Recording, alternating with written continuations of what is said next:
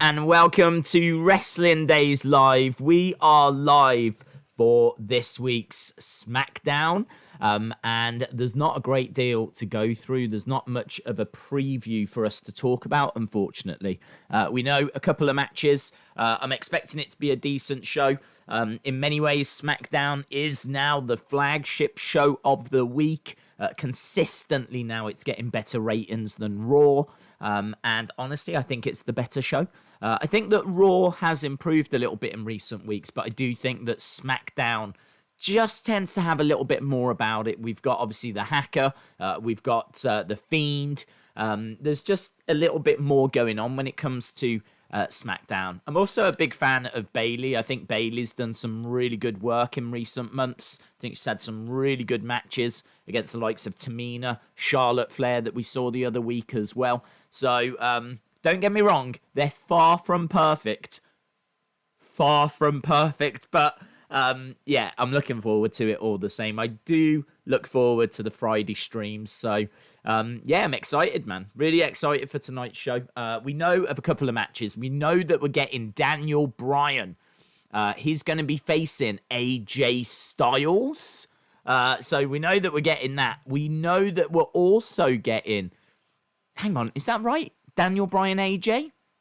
I know both are in action. Now I'm starting to think, is it Daniel against Jeff? It might be Daniel... Do you know what? I definitely should have made notes. Let me double check. I think it might be Daniel Jeff and AJ Elias. I know we've got some kind of combination of those matches. Let me find out. Let me give you the truth. I don't like leading you down incorrect paths. It is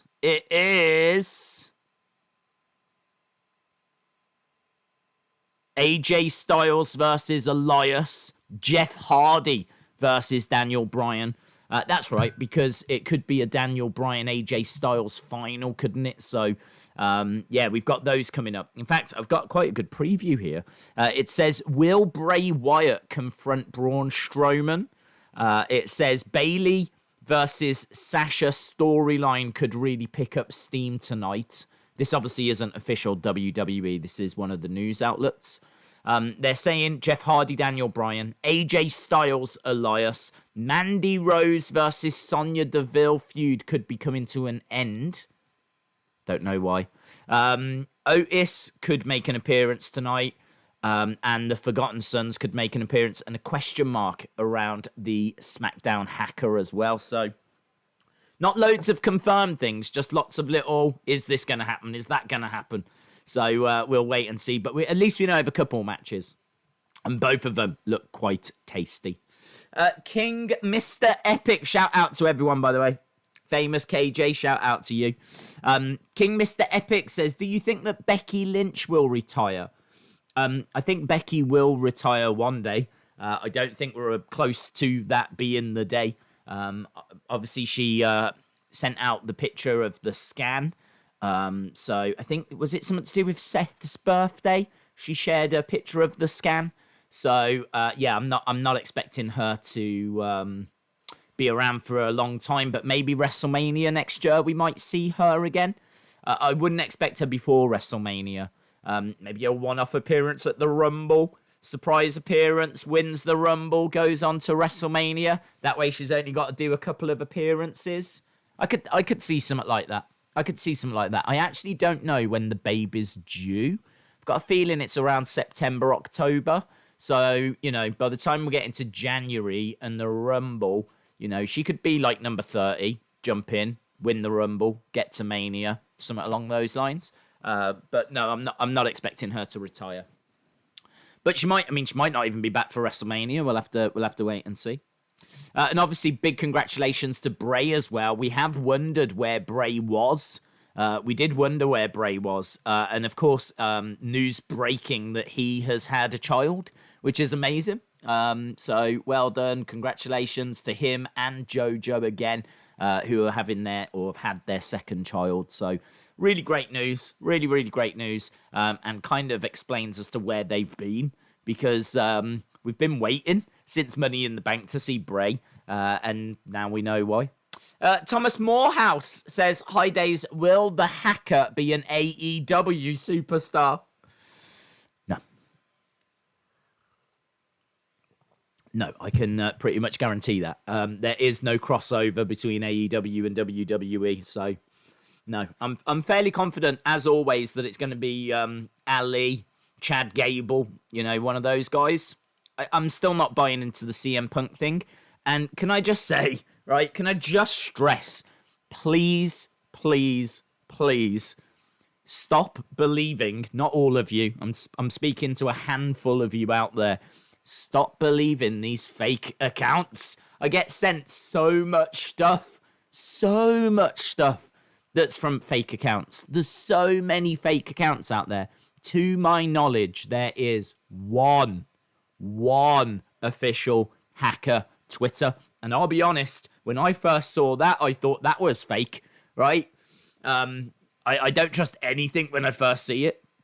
But obviously, it turns out it's true. It's actually an old WWE account that they've changed and they've turned it into this account for the hacker. It's on Twitter. I think it's called The Messenger WWE. You'll see like the videos. Some of them are the ones that have been on SmackDown. There's a couple of ones that haven't been shown on SmackDown. And that's it. That is it. There is no YouTube channel. To my knowledge, there is no Instagram account. I could be wrong on that, but I'm not aware of one. There's like, if you go on Twitter, there's like 20 different hacker accounts. This is true. I had a hacker, right? I'm going to tell you a true story now. I had a hacker send me a DM, right? And the DM said something along the lines of, can you stop saying that I'm fake, right? And I was like, well, what? I don't... Why? If you're the real hacker, why would you care if I was calling you fake, right? And they sent this message back that was like a text between them and Braun, which easily could have been faked. / was faked. And so I said, wow, with evidence like that, I've got to believe you. And they sent a reply back saying, God, you don't know how hard it is having so many people saying that you're fake all the time. It's really getting me down. I was like, poor hacker. The hacker's sad, everyone. The hacker's getting down because everyone thinks the hacker's fake. I was like, man, this 2020 is a riot, let me tell you. It is an absolute, what is going on? I've got fake hackers getting in touch with me now, upset because I'm calling them fake. I tell you, sometimes it's good to be me. I'm just be careful, guys. Be careful. Yeah, I get sent so much stuff. Another example, right? I was watching one of the hacker's new video on the official Twitter account of the hacker. Yeah, I was on the official Twitter account.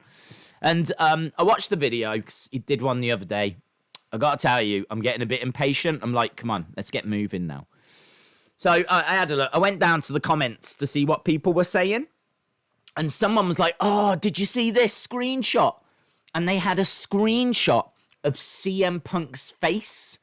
And it says, I am anonymous, right? And if you looked at the time, it said 1 minute, 3 seconds, right? So apparently if you go to that video and go to 1 minute, 3 seconds, you'll see the face of CM Punk and you will see, I am anonymous. There is just one problem.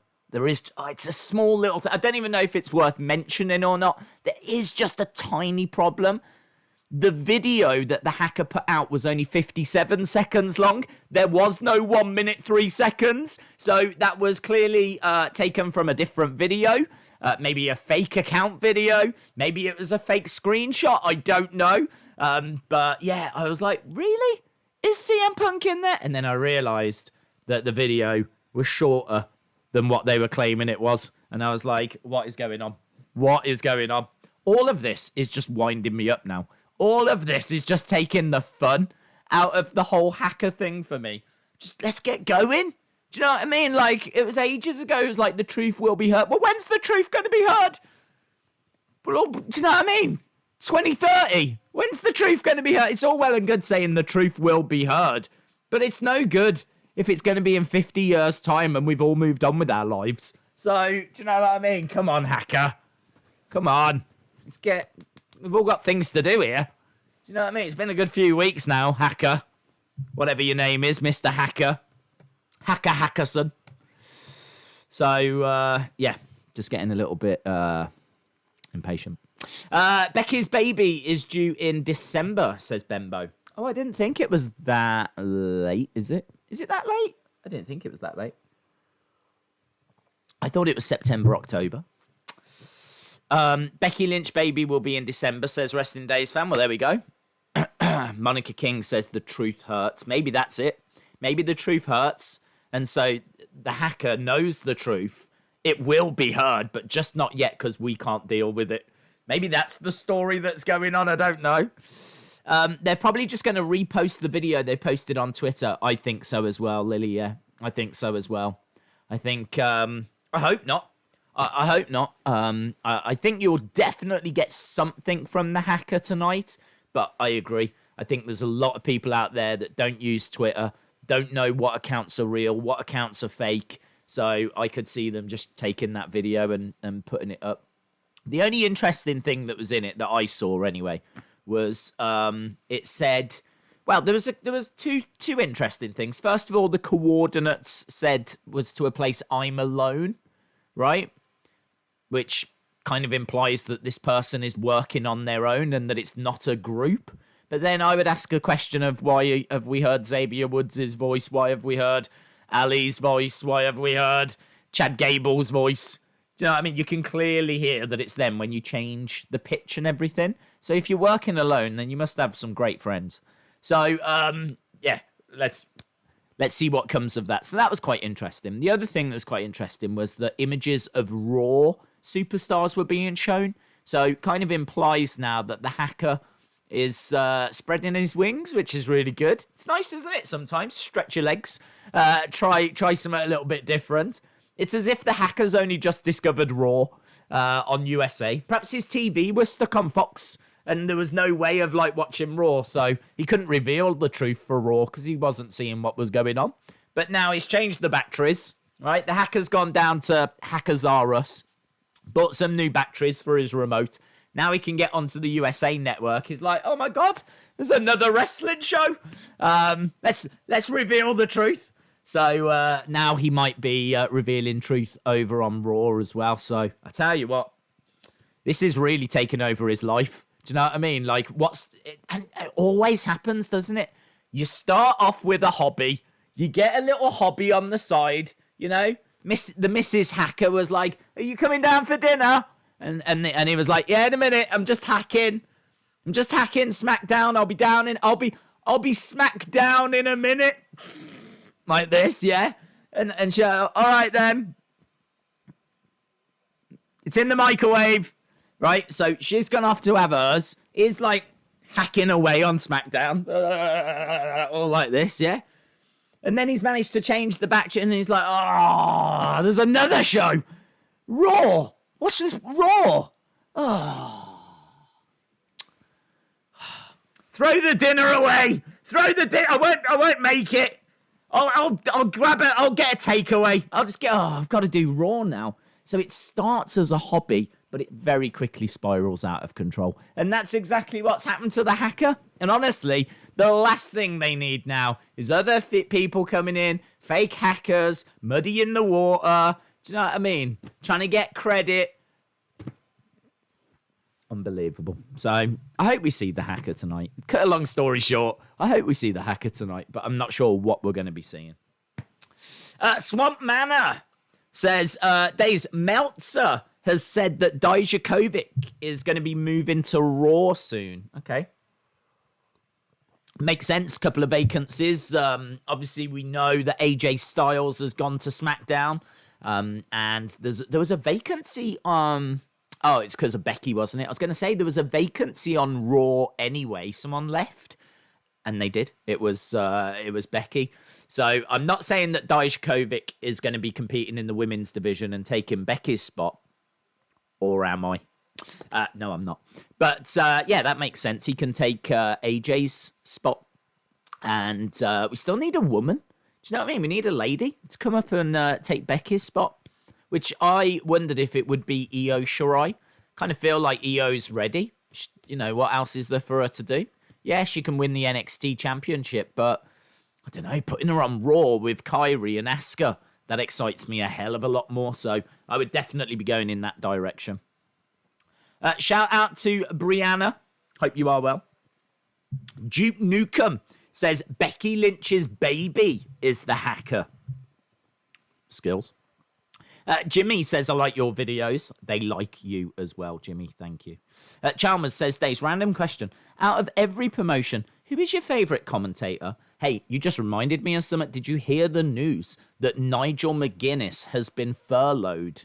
Yeah? That doesn't mean that he's had fur put on his body, although that would be amazing. It means that he is now, unfortunately, sitting at home getting a percentage of his wages, I believe, which he's receiving from the government instead than WWE. It just kind of means that you're employed, but you're not employed. So kind of sucks, but at least he's not been released, because I honestly would say that Nigel McGuinness would be up there. But if not McGuinness, then Mauro. I think Mauro is everything you want in a commentator. He's got the knowledge, the in-depth knowledge of wrestling moves and MMA holds and submission holds. You know, quite often I'll see something, I'm like, man, I don't know if I've seen that move before. And before I know it, Mauro's telling me exactly what it is. It's like a tiger submission driver suplex. And I'm like, wow. Amazing. Makes me think of Carol Baskin. But, yeah, so he's got a lot of knowledge. And also just his passion. Do you know what I mean? Like, it really adds to the matches. Really adds to the matches. You know, when he's screaming his head off, losing his mind, and his voice is going because of how insane the action is, it does suck you in. It does make a big, big difference. So, yeah, for me, I think the NXT commentators are the best in the business. I'm a big fan of Mauro, big fan of Nigel McGuinness. I loved Nigel when he was a wrestler.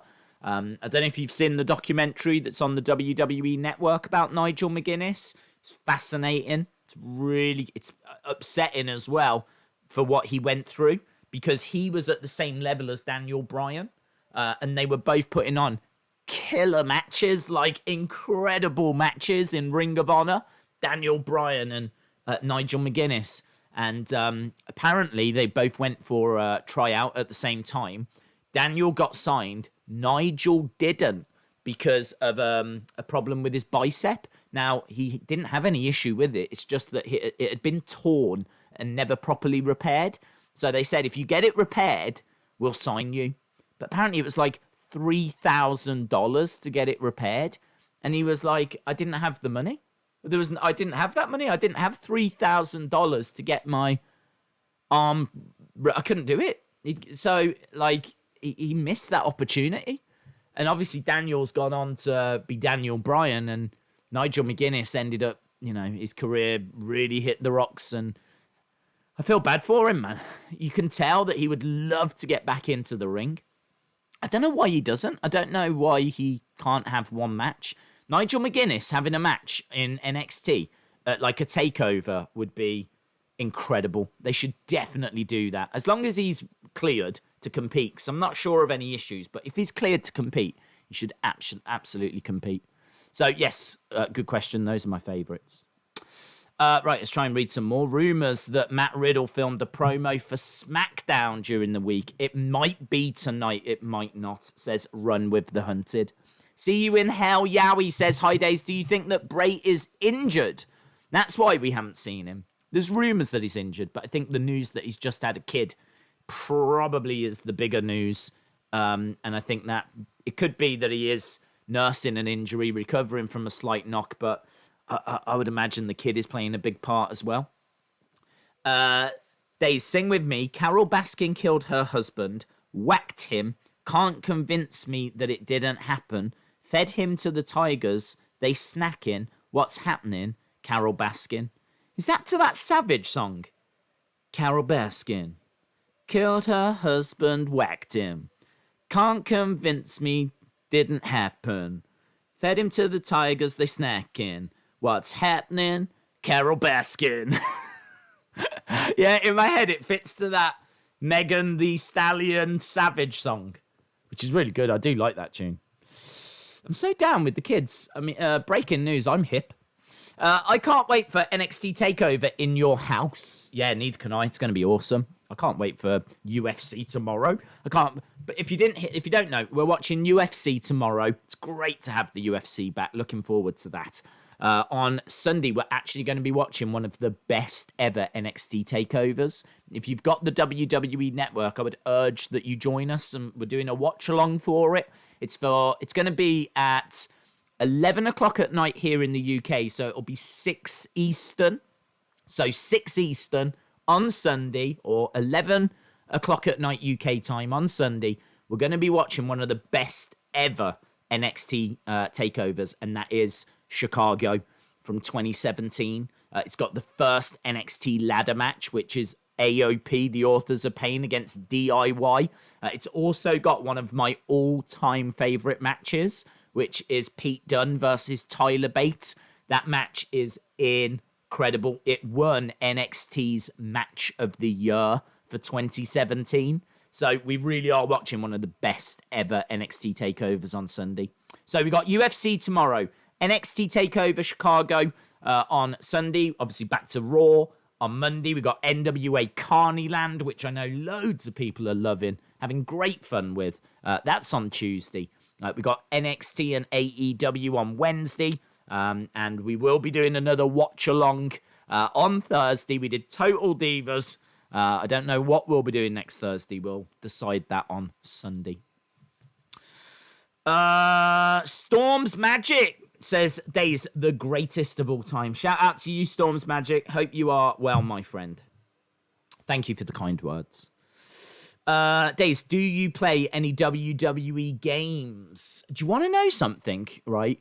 I only recently, and this might come as a little bit of a surprise, and when I say recently, I mean a couple of months ago, went on to like Steam for the first time. I'd never been on, didn't know much about it. I've never done PC gaming. I've never had a PC, right? The only thing that I've ever had was my old laptop, which I still use, which is here, right? So that's my first laptop, and I still use that. That's the laptop that's kind of broken that we were streaming on for a long, long time. So that's the only thing I've ever had, and it's not really that powerful. So I never went onto Steam, but I've started going onto Steam, and man, they have some offers. They've got some incredible stuff on there. Do you know you can get WWE 2K20 on PC, on Steam, for £10? £10. Like, that's incredible. That shows how desperate they are to sell that game. No one is buying it, so it's gone. The price has just crashed, absolutely crashed. I think it's on an offer. I'm not saying it's always going to be £10, but I got to say, I did look at it and go, I know that it's got a lot of glitches, but I know they've fixed a lot of that. Is it worth £10? Don't know. Definitely getting that new, is it Battlegrounds, WWE 2K20 Battlegrounds? I've been playing, not a lot of, but I've probably played about 10 hours on and off of that NBA Playgrounds, just to get an idea. It's made by the same team. So I thought, well, with Battlegrounds coming out, let's give Playgrounds a go. So, and I like basketball. I never get a chance to watch it, if I'm being honest, but I like the sport. If I lived in America, I think I would be all over basketball. So yeah, I've enjoyed it. It's been good. It's quite simple, controls wise. So I'm hoping the WWE game will be the same. It's quite fun. There's packs you can open and things like this. You can buy them. You don't have to. It's quite easy to earn the points and to unlock them and everything. And as I'm playing the basketball one, I'm thinking, man, if this was like pretty much the same but wrestling, I'd be in heaven. And that is exactly what is coming. WWE Battlegrounds on the way. So very excited for that. So in answer to your question, I don't play any wrestling games. but there is one on the way that I am very excited for. Chalmers says Daisy's hip. That is true. Thank you for noticing. I can see someone saying 2K20 sucks. Jamie Todd says, who is the best wrestler in 2020 in the pandemic? That's a really great question. I've got a few answers to that. I think this is going to surprise a few people, right? Get ready to be surprised. I'm gonna say up there, Drew McIntyre. I'm going to say Drew McIntyre is up there. And the reason why I'm saying that is because he's making a lot of noise. It's very easy to just kind of go to a performance center where there's no crowds and just go through the motions and all this. Drew is thriving at the moment, He's having a lot of matches. We're seeing him on a regular basis. He prides himself on being a fighting champion, which I've got to be honest, I'm not bothered about. I don't need someone to compete every week. If anything, I think you get a little bit too used to seeing them. If anything, I'd like the big champion to be a little bit more out the way. I don't need to see them every week, But that's not a criticism. I'm just saying that's a personal preference. But yeah, he's been all over the shows. He's put on some decent matches. I've seen a couple of matches, that I've enjoyed from him. But more than that, he's doing a lot of talking outside of the ring. I've seen him talking about putting on a mega fight against Tyson Fury in a Battle of Britain. Like, he's called out Tyson Fury. As well as that, he's been talking some trash about Colby Covington from the UFC.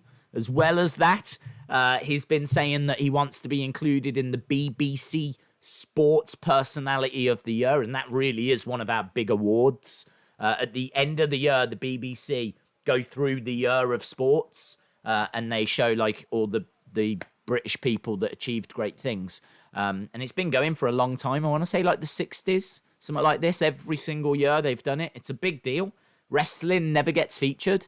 But obviously, what with Drew being the first British champion, there's an outside chance that it might get a mention. And he's really trying to push for that. He also pushed for that guy that walked around his garden and raised 30 million. I know that he was shouting and, supporting him as well. So I've seen him doing a lot, not just in the ring, but out the ring. And I think he really is carrying himself as a champion. And for me to be saying this, is big deal, because I didn't think he should have got that opportunity. I thought he was pretty awful throughout 2019. I can't tell you one good match Drew McIntyre had in 2019. Not one. He picked up some wins towards the end, got a little momentum, turned face, won the Rumble, and then did nothing between winning the Rumble and WrestleMania. I remember a few Claymore kicks, a squash of Mojo Rawley, destroying Rowan's spider. Like, that was it. There was no great matches in there. And then he had a squash win at WrestleMania, so I was a bit down about that. But since WrestleMania, he's been very, very good. So since WrestleMania, Drew McIntyre. Of course, I'm going to say Asuka, because I've got a lot of love for her. And we've spoke about that a lot. And who else would I say? Jericho. I think Jericho's been excellent. Jericho's done a lot of great stuff over on AEW. Getting a lot of things over as well. So, he's having a lot of fun, and you can tell that he's having a lot of fun, and he's got like the bubbly bunch, and, he's putting cones on his head and giggling away, and they're turning it into t-shirts. And yeah, he's having good matches. He was obviously the champ just before, and he dropped the title. You see, I'm not seeing as much outside of the ring from Moxley. If you compare Moxley to McIntyre, I'm seeing a lot more from McIntyre outside of the ring than what I'm seeing from Moxley. But I suppose in a way that fits Moxley's character in a way. Do you know what I mean? He's not really someone that's going to jump on Twitter and start doing campaigns and things like this. So again, not a criticism, but that's why I would lean to McIntyre over Moxley. So yeah, just a few names there for you. Wowie Yowie says, would you live stream the Premiership when it's on the BBC? No. It's weird because I would be, I am a Man U fan. I've supported Man U since the early 90s before they went on to win, like, everything. I was supporting them just as that was beginning. And as a kid, there was no way I could have known they were going to do what they were going to do. And obviously for the past 6 years, it's not been the best. So, and I'm still a fan. I still check every day to see what the latest news is. And so, when it comes to sports teams outside of England and wrestling, Man United is probably the team I support the most. And I'm looking forward to the Premiership coming back. I'm looking forward to the English Premier League coming back and seeing Man United play again. So I will be watching them, but that's not what this channel is for. There's better channels on YouTube that can give you more in-depth analysis. And do you know what I mean? I think in order to do like good watch-alongs, you've got to know all the rumors. You've got to have, you've got to be up to, I mean, not that I am with wrestling, right? This isn't me showering praise on myself here. This is me saying this is why I couldn't do a football watch-along, because I'm not as in-depth maybe as what certainly other channels are. So no, I'd stay clear of that one. Who is your favourite wrestler? My favourite wrestler is Asuka. Who do you think is going to win the IC title? That's an excellent question, Gamer Ethan. How about we throw that out to the chat? We're got less than half an hour to go until SmackDown begins. So let's just throw it over to the chat. Of the 4 people that are left, who do you think is going to become the Intercontinental Champion? Do you think it'll be Jeff Hardy? Do you think it'll be AJ Styles? Do you think it'll be Elias? Or do you think it'll be the other one that I can't remember? Daniel Bryan. Who do you think is going to be the IC champion? Let me know. Jeff Hardy, Daniel Bryan, AJ Styles, or Elias? Jerry saying AJ Styles. Days a new Fiendling has been born, yes. They have, yes. See you in hell. Yowie says Bianca is on Raw and hasn't been on TV for a few weeks. They could be using her. Yeah, I don't know where she is or what's happening. I mean, what I would say, it's very hard during this time to know exactly what's going on. Luke's World says, unsubscribe. Days is a Man U fan. I'm a Chelsea fan. I don't go in for those rivalries, dude. Even if you was a Liverpool fan, it wouldn't bother me. Plus also, Man U have got enough trouble of their own. Do you know what I mean? We've gone from winning the league every year to struggling to get into the top 4. Do you know what I mean? If we do finish in the top 4 this year, we'll be setting off party poppers. So it's, yeah. You don't need to worry about us. Shout out to you, Luke's World. You got a great young team. Jealous of some of your players. People like Tammy Abraham. Great player. Obviously, Hudson Odoi, who's been a bit naughty recently. Mason Mount. Pulisic. You've got some great players. I see a lot of people shouting out for AJ. I mean, look at this. AJ Styles, AJ. How many is that? 1, 2. Just on this one screen I'm looking at. 1, 2, 3, 4, 5, 6, 7, 8, 9 for AJ. 1, 2 for Hardy. 1 for Daniel. 1 for Elias. So there we go. We've got a lot of AJ fans there. A lot of AJ fans. Days, I'm a Liverpool season ticket holder. Shout out to you, dude. I bet you're excited that the league is coming back. I'll be pleased for you. I'll be pleased for you. It's been a while since you won the league. In fact, you've not won the Premiership before, so I can understand how frustrating this has been. But yeah, obviously the league coming back, and you'll get it, of course. So. Just how gutting though. If you're a season ticket holder, you won't be able to go, will you? That's honestly a real shame. A real shame. But I'm sure, the start of next season there'll be a big thing, and you'll still get the celebration. Coaster Maniacs says, "Hi Days, let's all go Jeff And if you're watching Nick Aldis, you're awesome. I watch Nick Aldis, so does that mean I'm awesome? If you're watching Nick Aldis, I mean, I'm not right now, but I normally do. You're awesome. Well, thank you. I'm going to take that as a personal compliment. Shout out to you. Days, please be a City fan. No, you can't recruit me for other teams. Right, I can't be traded and transferred, right? And that's not, this isn't even a football thing. This is a wrestling thing, yeah? You've got the wrong channel. You need Soccer Days. That's what you need, Soccer Days. Days, I'm also a Man U fan. Amazing. Shout out to you. John Lactose.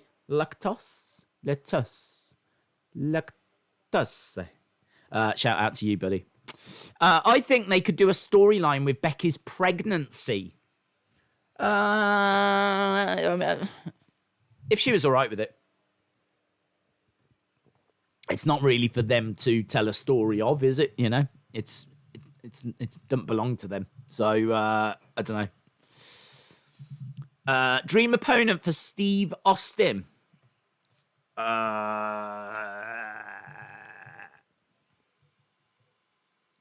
I don't know. In my head, first name that comes to mind, and I know it's not great, is Hulk Hogan.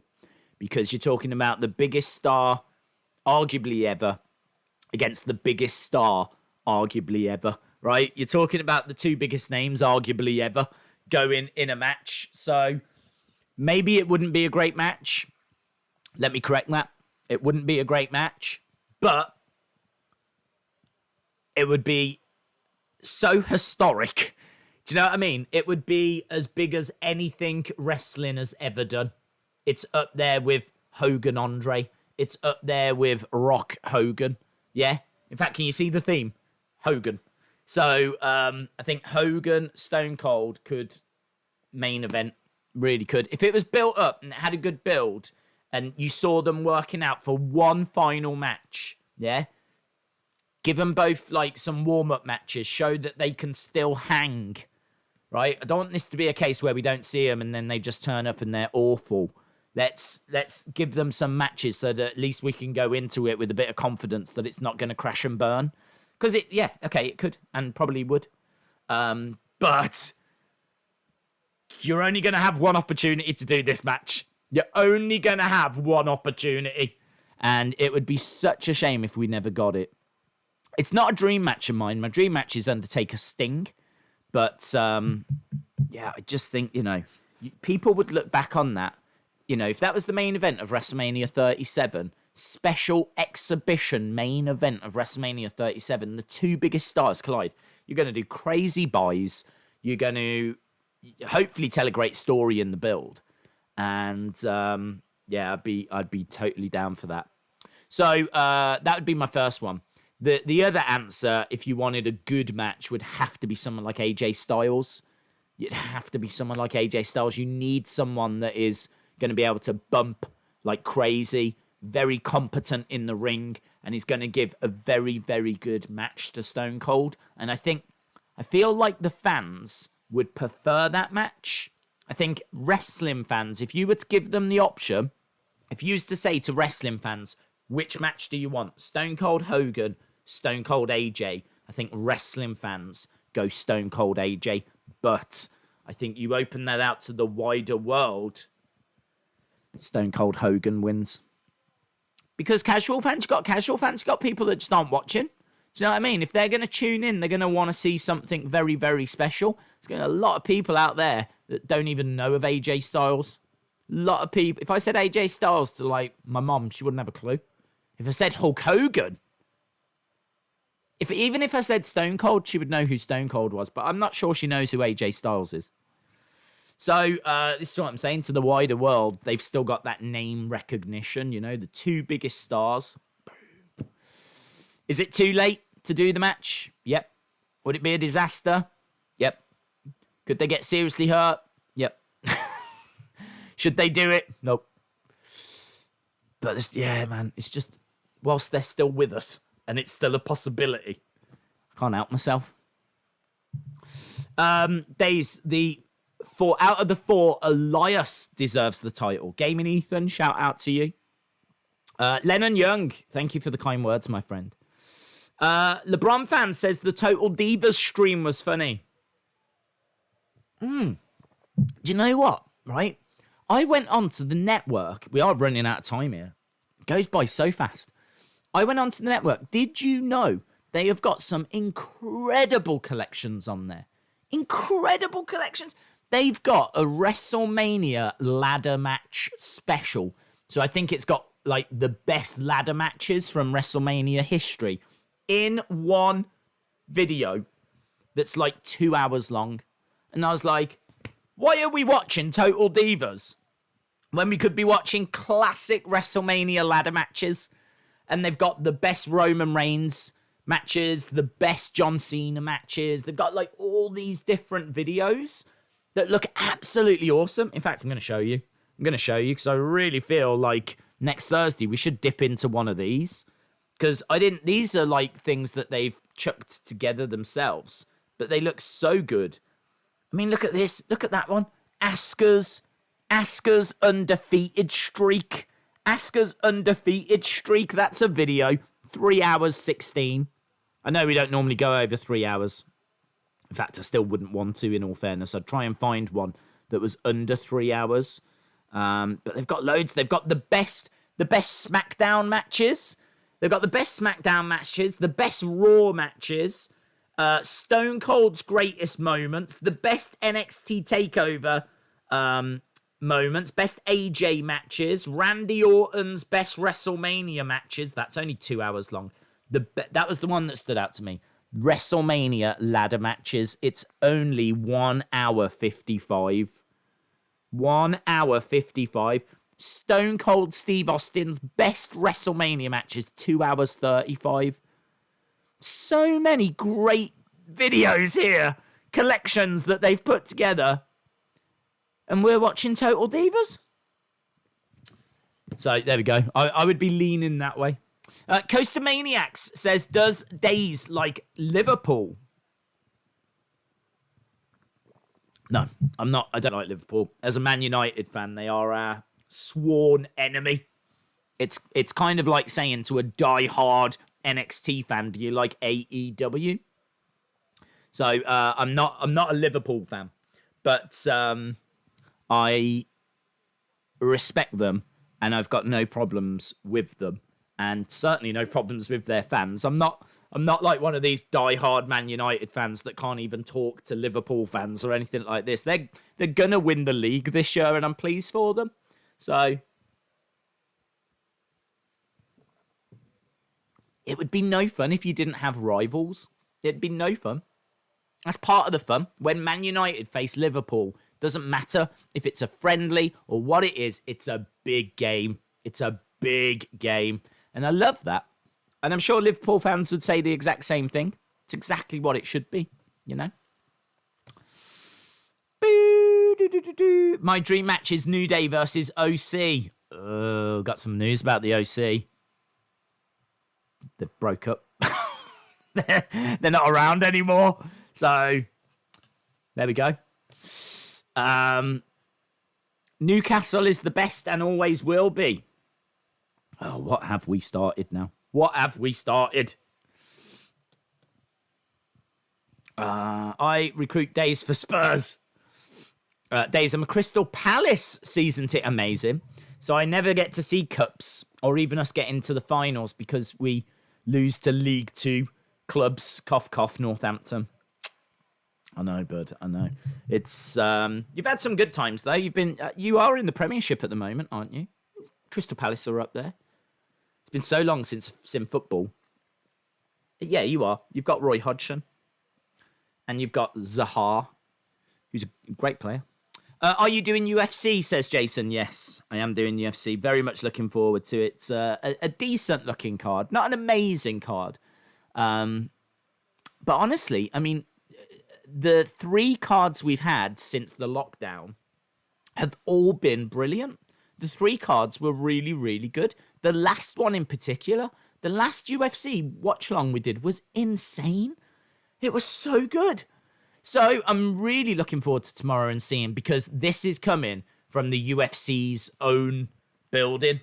where they hold Dana White's Contender Series in Las Vegas. So it's going to have a very different feel. It looks classy. It looks really cool. I can't wait. So we're not in Florida anymore. We're in Las Vegas now. So yeah, if you're watching that show, or maybe you don't know much about UFC and you want to join us for that, join us. We go through every single fight, all the prelims, absolutely everything. Give you a bit of background on them. In fact, after SmackDown tonight, we do have Wrestling Escape Pod. I've got to tell you about that as well. Wrestling Escape Pod tonight is so much fun. I was giggling last night as I was editing it. So I'm really looking forward to people seeing that. It's a good one tonight. It's all about tag team betrayals, which I know doesn't sound funny, but we do end up going on a tangent. So I am really looking forward to people seeing that. So as soon as we're done here, we'll jump over to the Wrestling Escape Pod channel. Obviously, Tommy should be over there, should be able to join us. And it's a good one. So we've got that. And then tomorrow we've got UFC. Sunday we've got TakeOver. Shout out to Joshua Mickelson. I only watch the big events like the World Cup and the Euros, says Wrestling Days fan. Yeah, it's a shame the Euros got moved. The final for the Euros was in London, but it's been moved to next year. Days, you missed my donation because you can't handle the challenge. I just missed your donation, in all fairness. Do you know what? This is sticking a little bit. I can't actually go back up. Oh, here it is. Here is £5. Fancy a challenge? Well, without even reading, no. You must do the alphabet using wrestling names. Dude, I'd struggle to just do the alphabet, let alone with wrestling names. Okay, let's do it. Right, so Asuka, Bob Backlund, Carlito, Dana Brooke, Ezekiel Jackson, Farouk, Great Khali, Harry Potter.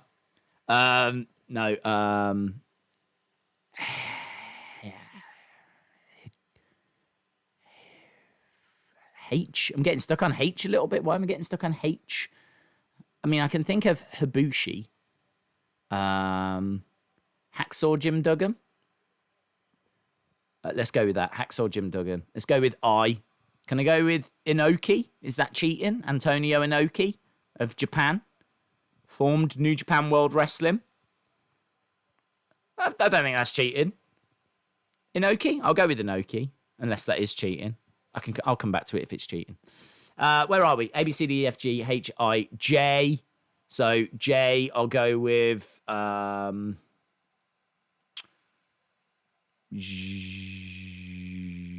Cena. I think, well, the problem is I'm doing first names and surnames. I'm kind of flipping around, aren't I? Is that, I don't even know what the rules are. I've gone with John Cena. K, I'll go with Kalisto. L, I'll go with Luchasaurus. M, I'll go with Mickey James. N, I'll go with Nick Aldis. O, I'll go with who? What wrestler begins with O? Ospreay. Will Ospreay. Can I do that? I've done it. I've gone with Ospreay. P, I'll go with Penelope Ford. LMNOP. Q, I'll go with the Queen. No, Q. Wow, that's a difficult one. Q's a difficult one. Q is a difficult one. I can't think of one that's coming with a Q. The Quebecers. Oh, that's all right. That's a tag team. The Quebecers. A, B, C, D, F, G, H, Q, R,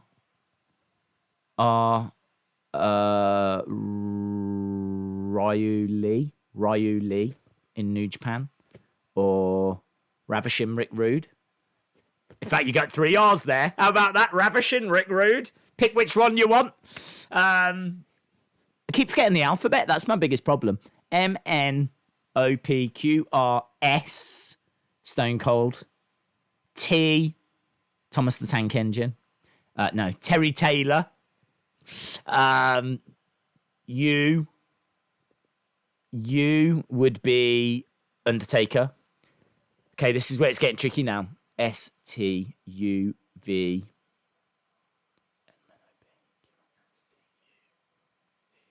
W X Y Z W. I'll go W. What begins with the W? What wrestler begins with the... Well, wrestler begins with W. W for a wrestler. Will Ospreay. William Regal. Y.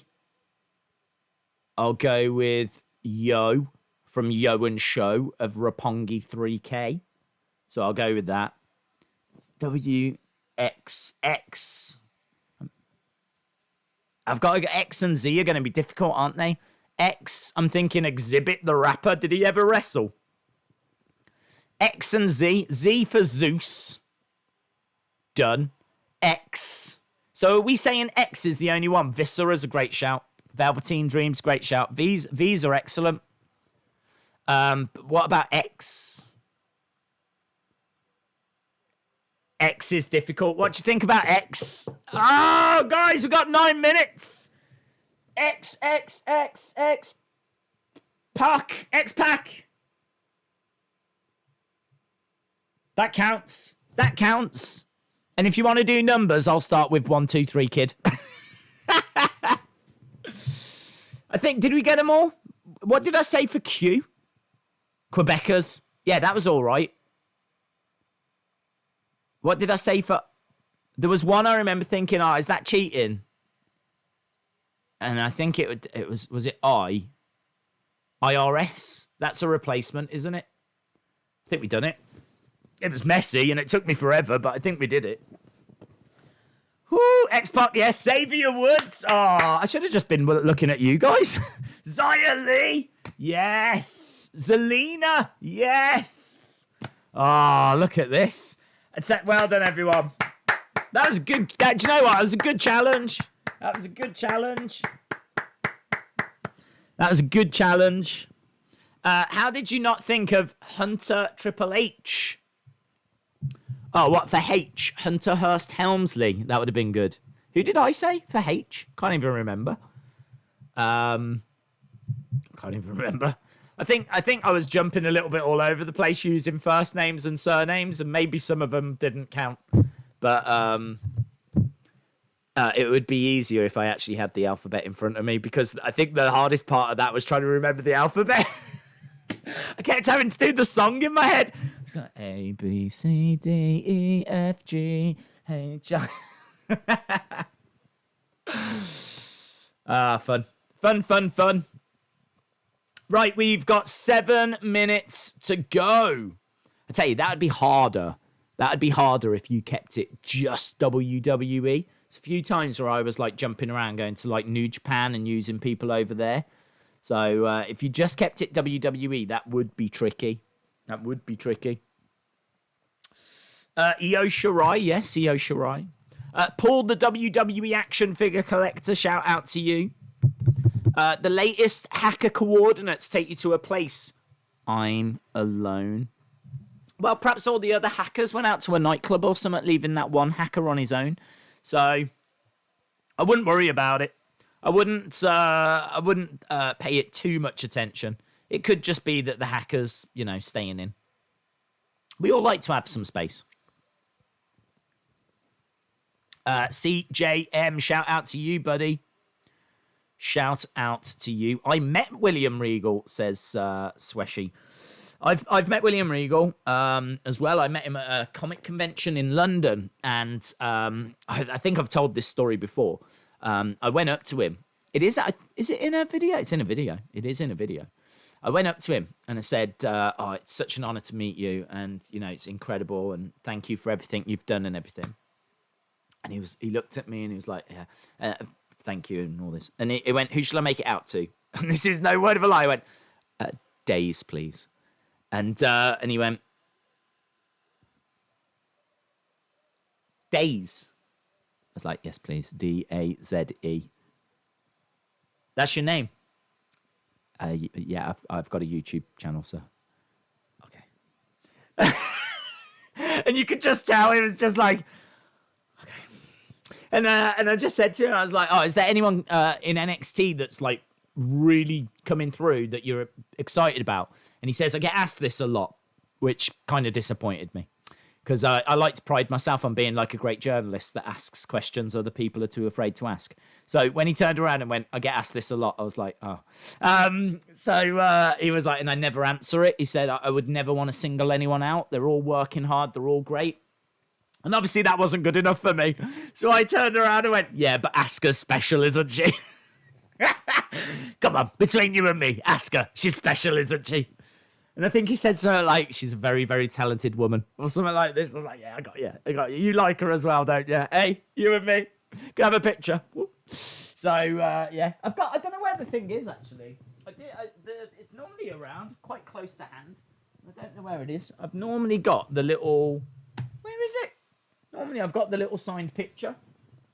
I can never find anything in this room. I can never find anything. Never put my hands on things when I want them. I have no idea where that's gone. Hogan used to hold it in the background of the videos. In fact, it might be on the banner. If you look at like the Wrestling Days banner at the top of the YouTube channel, he might be Hogan used to hold it. I had it blue tacked to the Hogan standee that I've got. So, yeah, it's around somewhere. It fell off, unfortunately. So, Mr. Regal, if you are watching, I do still treasure it. I just can't put my hands on it right now. So that's what she said. There's one more match for Austin would be Goldberg. No one wants that. Not even Goldberg. No, I'm done with Goldberg. No. I was never a WCW fan. I never used to watch it. So Goldberg's streak just wasn't a thing in my life. So Goldberg coming in doesn't have the, oh, it's Goldberg. I don't have that feeling for him. And he just keeps winning matches in like 5 seconds. And do you know what I mean? No, not after he almost killed The Undertaker. Dave in real life says, stop the press, Dave. Days is the best, worst interviewer ever. No. He was so unimpressed. No, well, I don't want to paint the wrong picture. He was lovely. He was a really nice guy, right? I am not saying that he was off with me in any way. He was, you could have asked him anything. So he was lovely. This is not me saying that he wasn't, but yeah, I probably could have handled it better. Let's put it that way. Trent says, Days, do you think the IC title final will be at Backlash? That's a good question. That's a very good question. I don't know. I mean, they're fighting for ratings, aren't they? I would lean towards yes. I think if you've got a final like that and you've been building it on TV, it makes sense to go, well, if you want to see the result, go to the network on this day to subscribe. So I'll go with yes. I think the tournament's probably done enough on TV, and now the cherry, they've baked the cake, the cherry on top, that can go onto the network. So I'll say yes. But I've got the network anyway, and I'm sure many of you have as well. So we're laughing to the bank. Oh my God. I didn't even speak about the big thing. The big thing. How many minutes have I got? 2 minutes to tell you about the big thing. Did you hear the report that there's going to be a special match at TakeOver in your house? Did you hear this? Have you heard? There's a rumor/report going around that the title match for TakeOver in your house has been recorded. It's been recorded. It's happened. It's a thing that's now in the past. So it's been recorded, and it's a special match. Apparently, it's done outside, round the back of Full Sail, and all the other superstars get their cars in a massive circle, turn their lights on, and it's something to do with being in this massive circle of cars in the dark with their lights on. kind of like an outdoors fight club meetup kind of a thing. I don't know. I can't quite. I can visualize it with cars all the way around and like the superstars just sat watching this NXT, and I like how it feels. I can see people getting thrown into bonnets and stuff like that, definitely. Maybe the odd windscreen getting smashed, but it's not what I was expecting. I thought we'd go to a club or something like this, but we know there's going to be something special for that match. William Regal hinted it, and that's the report. That's the report. The report, that's annoying as well. That's the report that it's that. Oh, hello. We're starting outside the Performance Center. What's going on, guys? Guys, Elias has been attacked.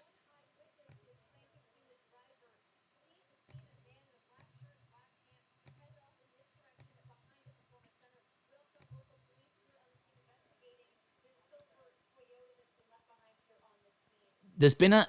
Wow, this is amazing. There's been a... What is going on? There's police looking at a...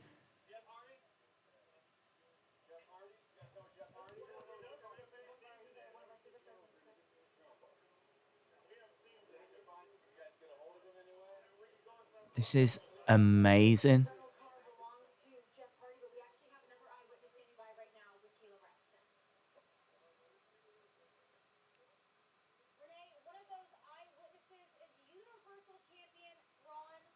This is amazing. What they're doing right now is absolutely incredible.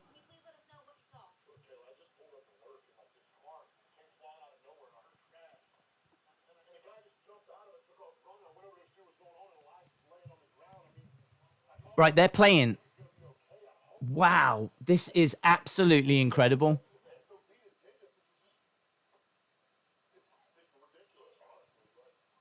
This is amazing. So, there's a commotion now. I am going to tell you what's happening in a second. Basically, there's been a car accident outside of the Performance Center. It's Jeff Hardy's car. They found Jeff. Jeff has been found. So Elias has been hit by a rental car. They found a bottle of alcohol. So obviously they're playing on Jeff's troubles. I don't mind this because Jeff clearly is going to be all right with it. Jeff is going to have okayed this to be a part of this story. So I'm all right with that. I don't find it disrespectful. They found Jeff and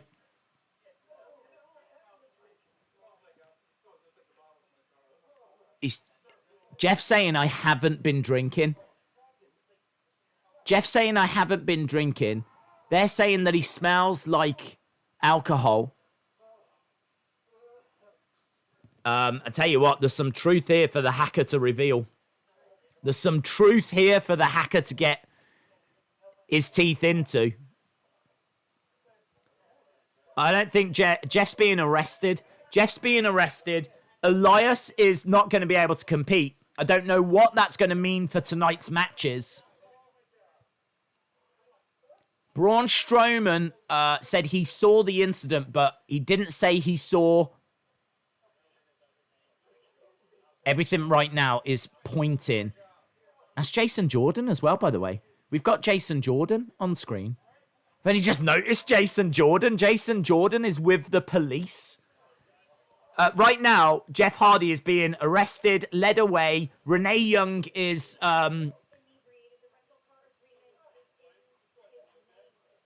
is standing by. She says the rental car agreement is in his name. This is incredible. This is one of the biggest kind of segments of the year. It's done so well. Look, there's Elias. Elias is being put on a stretcher. He's motionless. He's being put into the ambulance. They're showing you the front of the car. The car seems to have hit a sign. The sign's bent over. Jeff Hardy's being put in the back of a police car. What a beginning for SmackDown. What an incredible beginning. What a huge beginning.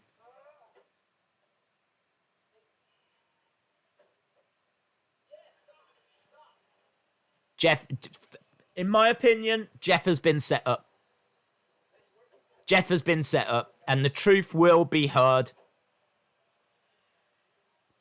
Jeff is saying that he hasn't been drinking. I think there's going to be some CCTV. Who is that lady? There's some lady that's got a camera, like a phone. There's some lady that seems to be taking footage. I don't know if she's a passerby. Jason Jordan is telling her to get out the way. I'd keep an eye on that woman. Who is that woman? Because she's taking footage I think we're going to see in the future. Keep an eye on that. Who is that woman? I don't recognize her. But you could clearly see her. And Jason Jordan has gone over. We got a couple of refs out there as well. Jessica Carr's out there. Which makes sense because it is a parking lot and that's where you do find cars.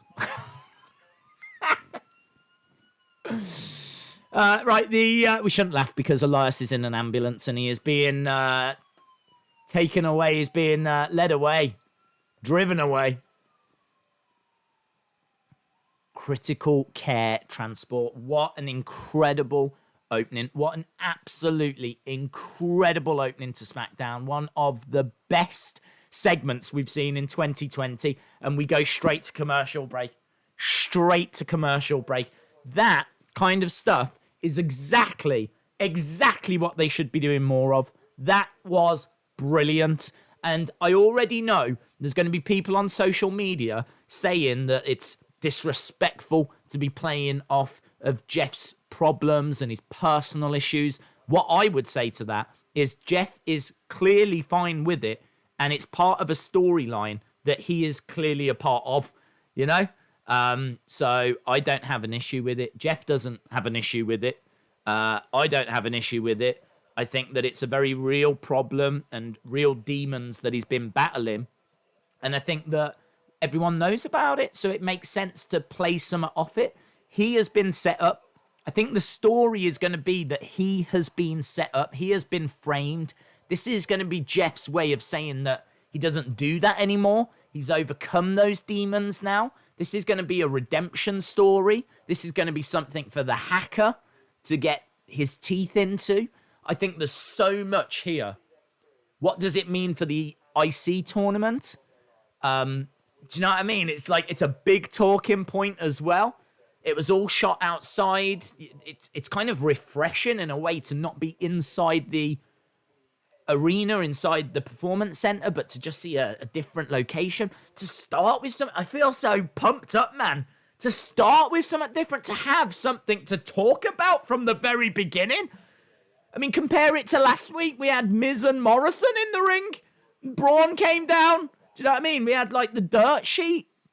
Compare that to the dirt sheet. So much more to unpack. So much more to theorize about. So much more that they can do with this. So many directions they can go. Oh, it's good. This is storytelling. This is storytelling. And I'm all for it, man. I'm all for it. If Jeff had a problem with it, if Jeff didn't want to do that story and it's something that's being like forced on him, then I will change my opinion, right? Then I'll have an issue with it because I think these are demons that are very real to Jeff. These are problems that have been very real. And I think that this is something that shouldn't be used in storyline if he has an issue with it. But if these are demons that he has now overcome, if these are demons that can now help him go to a next stage in his career, if he can use those dark times now for something positive, you know, if he can use those dark times, because we all worry about Jeff. We all worry that he's not reliable.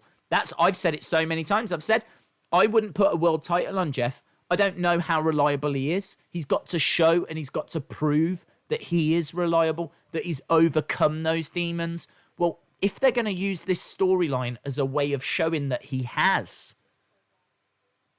Brilliant. Brilliant. Because I believe the truth will come out. He wasn't drinking. He wasn't driving. He didn't hit Elias. And that's not the last you've heard of that, clearly.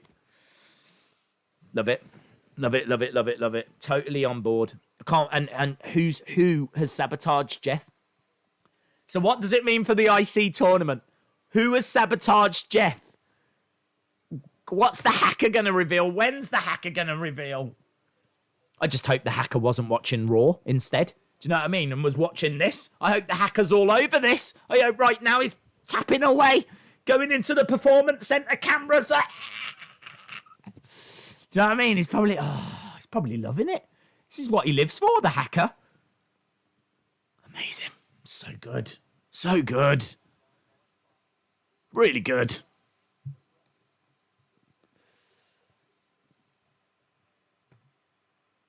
Let's go up and see. Yeah. Oh, here we go. We're backstage. Vape Ross Vape says the refs are solving crime. Yes. They are police officers in their part-time. There's Drew Gulak. Okay, Elias's injuries are not life-threatening. This is great. This is so good. Rather than just match. Let's get some stories. Yes! No, Daniels, they've said about Jeff being arrested. Sheamus is like, what's new? Jeff Hardy always gets arrested.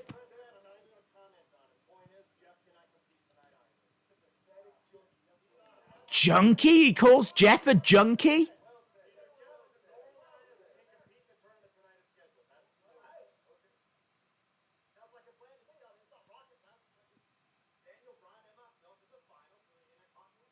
There we go. AJ says, well, it's not rocket science. Hey, look, there's Shorty G. There's Shorty G. I haven't seen Shorty G in forevs.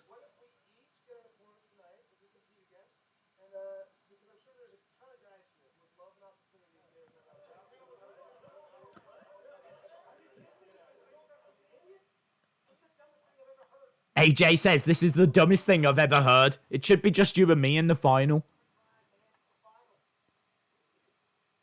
Daniel's trying to give opportunity and AJ's trying to shoot it down. Daniel calling AJ a coward. This is so much better. This is storyline. Oh my God. This is one of the best episodes ever so far. We're 12 minutes in.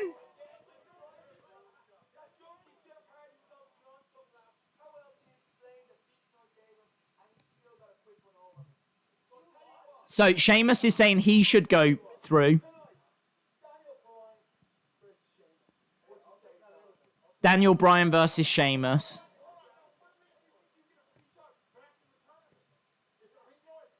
Chad Gable, I know, yeah. Do they call him Chad or Shorty? Because now would be a great... This will be the best episode ever if they call him Chad. Oh, I think he's got a Shorty G shirt on.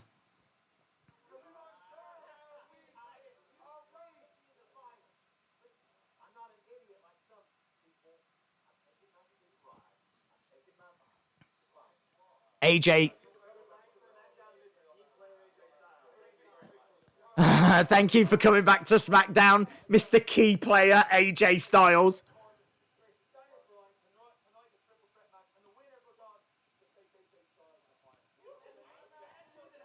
So AJ says, I'm in the final. He's not backing down.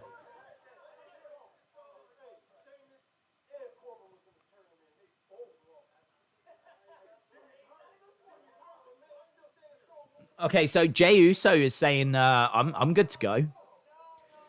The only problem with this segment is it's a bit too bickering, you know? There needs to be someone that sorts this out.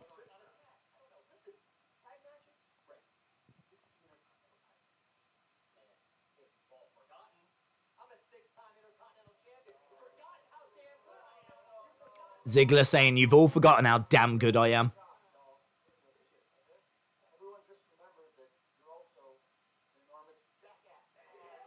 Shorty G calls him a jackass.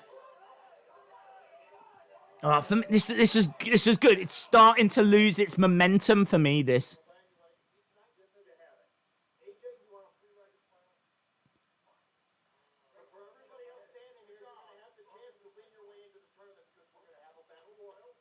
Battle Royal. Winner of the Battle Royal faces Daniel. That's fine.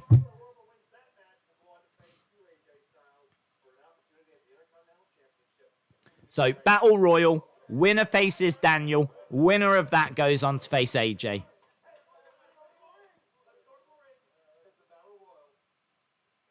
Let's go to the ring because the Battle Royal is next. Love it. Storytelling.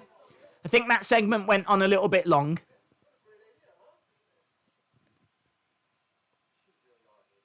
AJ says to Daniel, you really are an idiot.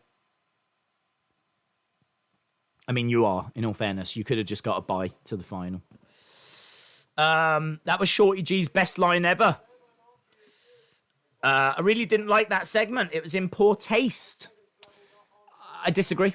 I disagree. I think that it's a great way of using Jeff's demons. And I think as long as, and again, I said it before, as long as Jeff is all right with it, and as long as Jeff is willing to use his troubles and his demons in storyline, it would actually be a really great way of showing that he's overcome them. It's a really, because I believe it's going to turn out that he was not drunk. He was not driving. He was absolutely framed. So I'm fine. I'm absolutely fine with it. Straight away matches that mean something, says Dave in real life. Sandman882 says that was great.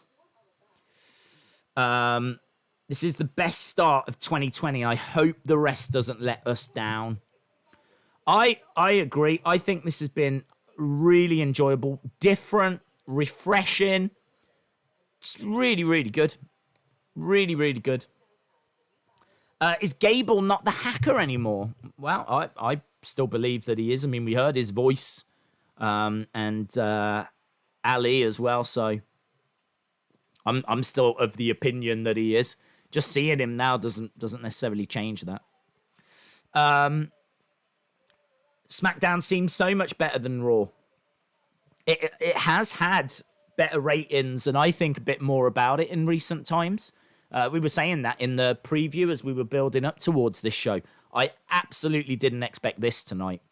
Didn't expect it to be like this. This is fire. I'm so on board with it. And, you know, it's so refreshing to actually get proper storyline. It's not just you start with a talk show segment. I mean, it's so stale. Talk show segment. The person on the talk show is going to fall out with the talk show host. That's going to lead to a match for later in the show. Then you get a match that was announced in advance. Then there'll be an interview backstage and someone might interrupt it.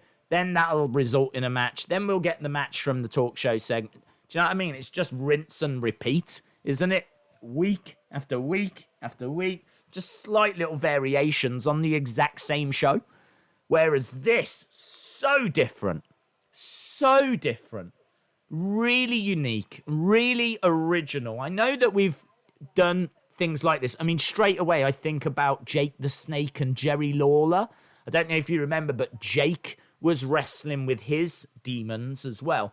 And, I mean, they went even further. Jerry Lawler opened a bottle of whiskey, I think, and was tipping it over Jake. Now, I thought that was too far. We didn't do that here. But, yeah, we've been further than this. Right, Battle Royal is underway. Here we go.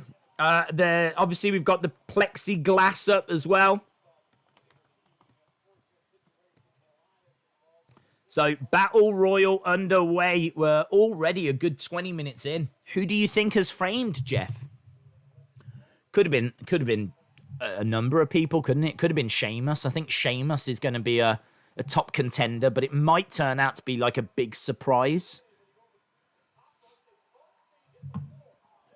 Not Matt. Let's put it that way. Not Matt.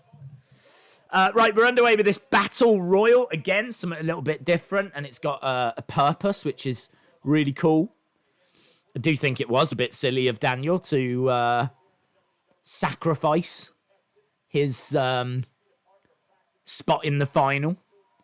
But whatever, here we are. It is the SmackDown hacker. My prediction is Sheamus got Elias to hit Jeff and set it up to make it look like it's Jeff's fault. I don't know.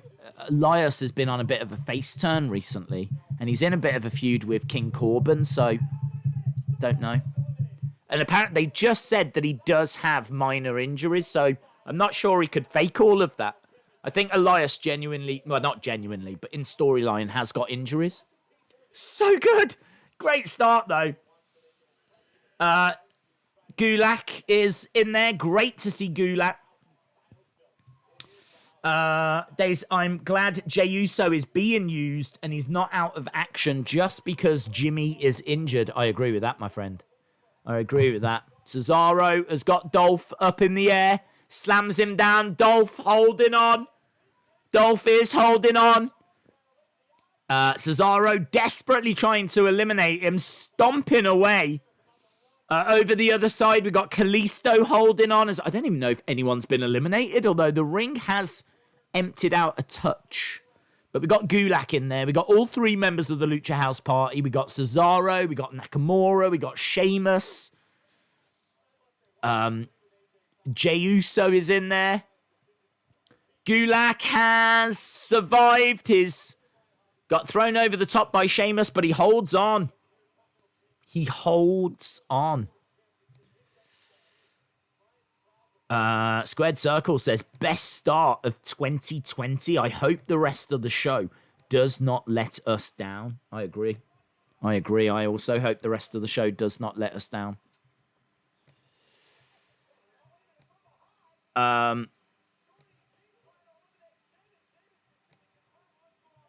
Wonder how many times Dolph does the same Shawn Michaels style hang-on, says Dave in real life.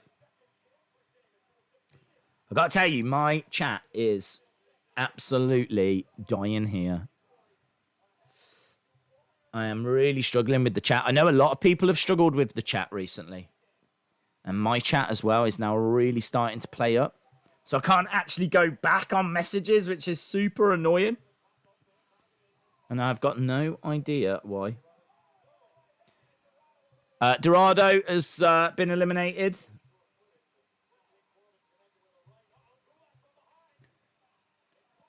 Gulak is getting caught by King Corbin. Shout out to Kevin. This is wrestling. This is great stuff. What isn't great is my chat. I'm having to literally look at the chat that's on screen. I cannot go back on the chat.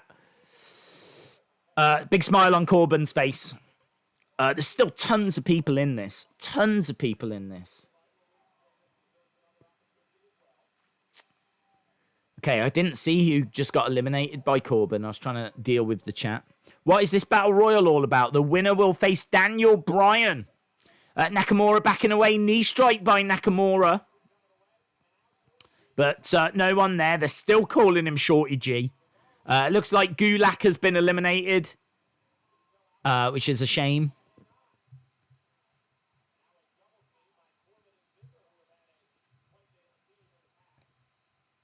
Okay, I absolutely cannot get that chat back. Okay, where was Ali? No sign of Ali. Extremely disappointed by the start, which all of the police drama going on. This is why I want to watch fake news rather than wrestling. I don't think it's got anything to do with all the news that's going on. There was nothing racial or anything to do with the police. The police just arrested Jeff Hardy for what he saw on the scene. So I don't see the connection personally. That is a horrific incident. We haven't even spoken about that, what's happening in America. Absolutely horrible incident. Ziggler got eliminated, thrown over the top by King Corbin. Days, this is one of the best shows in a while, says Jerry Smith. I do wonder who's going to win, says Chalmers. Could it be Riddle or Dijakovic? Maybe. That'd be a very interesting way of bringing someone up. I wouldn't want it to be Riddle. We are going to commercial break by the looks of it. So, looks like we're about to go to commercial. Yep. Why is Sheamus going after Michael Cole? He doesn't like the fact that Michael Cole keeps talking about Jeff Hardy. He doesn't like the fact that he keeps praising Jeff Hardy. So that's why, basically. Days. My only problem with Mania 36 was the match for the top titles were basically copy and paste of each other. I agree. Yeah, I agree. I want Riddle to challenge AJ. I think WWE only cares about SmackDown, but I love it. I don't know. NXT was very good in the week. I can't even right now. I can't even remember Raw, so I can't remember if that was any good at the start of the week or not. We've watched that much wrestling, but I thought that NXT was excellent. I'm so on board with this. It's just for me, the only thing I would say is that I think the discussion between the wrestlers went on a little too long. Needed someone to step in a little bit before. And that's it. I think this Battle Royal's been all right. Did you see what Punk tweeted? No. I did not see what Punk tweeted. What did Punk tweet? This is wrestling, says Hunter. So far, this is probably the best show since lockdown, says Joe Montenegro. I'm with you. I'm with you. I think that this is right up there. Can we chip in and bail out Jeff? Says Vape Ross Vape. Wow, we need the hacker. We need the hacker to get on this. The Jeff Hardy arrest had got nothing to do with race. I agree. When can we watch SmackDown? It's on right now, my friend. It's on BT Sport in the UK. It's on Fox in the US. Shout out to Rockstar, who says love from Pakistan. Shout out to you. EC3 to Ring of Honor. Fast chat. It is a fast chat. People are excited, man. People are bubbling right now. Totally can understand why. You're going to have to forgive me. I've got no way of going back on the chat tonight. It's for some reason. I don't know if the chat's broken the computer or something, but yeah, it's unresponsive at the moment, my chat. So I'm having to watch it. I can only see what you can see on screen. That is it. Predict who the mysterious car crasher is. Well, you would have to say that Sheamus is favourite. You would have to. If you was looking at a list of suspects, you'd have to go with Sheamus. I don't know if that's too obvious. I don't know if that's going to be a bit disappointing if it turns out to be Sheamus. But yeah, I'd have to be leaning that way. I feel like Matt Riddle might play a role in this IC title tournament saga. I don't know. I mean, the news is that he's due a call up to SmackDown, but he's not in this Battle Royal. And so I can't see how he's going to play a part unless it's going to interfere during the match later. Days, where is Bobby Roode? I think he's stuck in Canada. I don't know for sure. Days, CM Punk tweeted that his favourite CM Punk moment is to be determined. It's just teases. Just constant teases.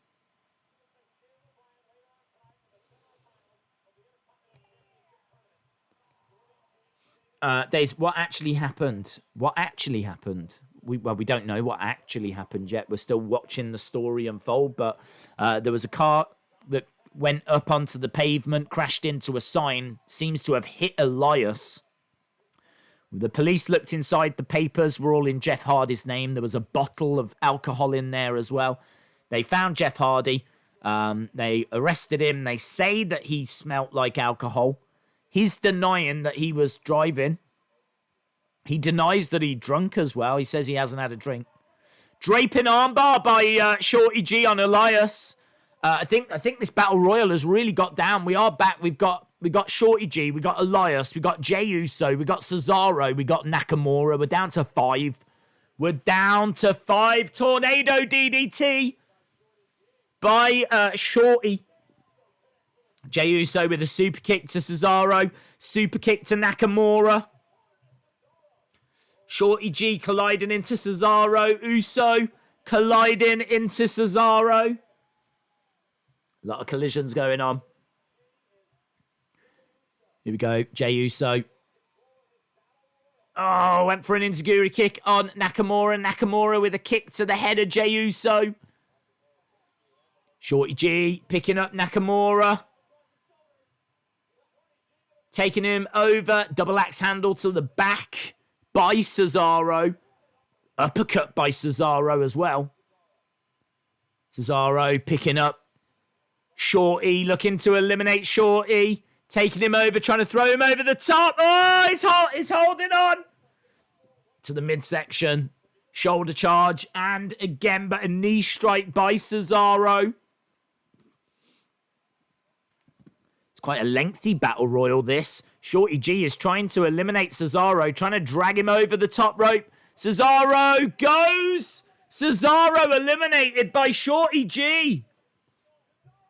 Cesaro is furious. Shorty G with some quick back elbows. Nakamura coming over. Knee strike to the midsection by Nakamura. We're down to 4. Shorty G, Nakamura, Sheamus, Jey Uso. Elias is in the match. Elias has been taken to hospital. Knee strike, went for a head kick. Lovely quick kicks by Nakamura, but Shorty G staying out the way. Trying to eliminate Nakamura, and he does eliminate Nakamura. Belly to belly suplex straight over the top. Nakamura has gone. This is a big moment by Shorty G. Oh, Cesaro eliminates Shorty G. Cesaro hurls Shorty G out the ring. So, who are we down to? Sheamus and Jey Uso. I don't know. I'm not really rooting for either of these guys, to be honest. Well, I mean, it'd be interesting to see Jey Uso, but... Well, here we go. Jey Uso against Sheamus. Let's see what Jey Uso can do as a solo competitor. Slides on his knees. Nice uppercut. This is going to be a great opportunity for Jey Uso here to show what he can do. Sheamus has got Jey Uso, throws him over the top. Jey Uso holds on. Days, has The Fiend or Bray shown up? No. Big strike by Sheamus. Clubbing. Top rope enziguri by Jey Uso, who's climbing up to the top. Sheamus is the only other person in this. Jey Uso jumps. Nice super kick. Sheamus against the ropes. Big clothesline by Jey. Oh, Sheamus holds on. Survives. Sheamus survives. Who's winning this? Chalmers says it's got to be Sheamus. There's no way WWE is letting Jey Uso win this. They're both on the edge of the ring. This reminds me of Nikki Bella and Asuka, which I believe was the final 2 of that first Women's Royal Rumble. Both on the edge of the ring. Which way is it going to go? Who is winning this? Both on the edge, on the outside. Oh, big chop by Jey. High risk, high reward. Goes for a super kick. Gets caught. Gets pushed back by Sheamus. Sheamus with a brogue. Sheamus wins. Yeah, I feel you, Casey Catanzaro. I feel you.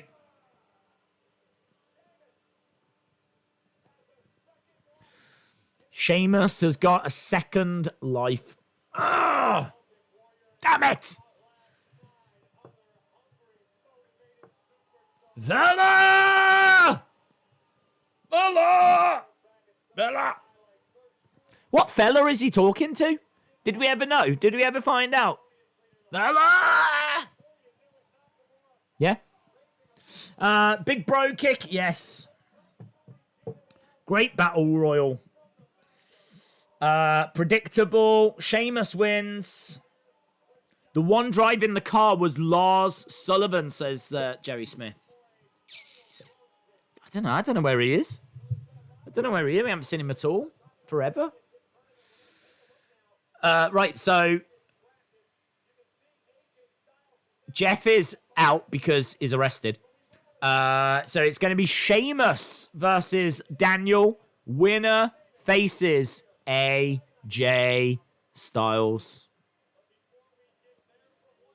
Right, we've got a moment of bliss tonight. A tag team champions summit. So we got the lady champs with the male champs. Moment of bliss with the New Day. I don't know what's next. I don't know. I don't think it's that's next. Oh, hello, Sonya Deville backstage.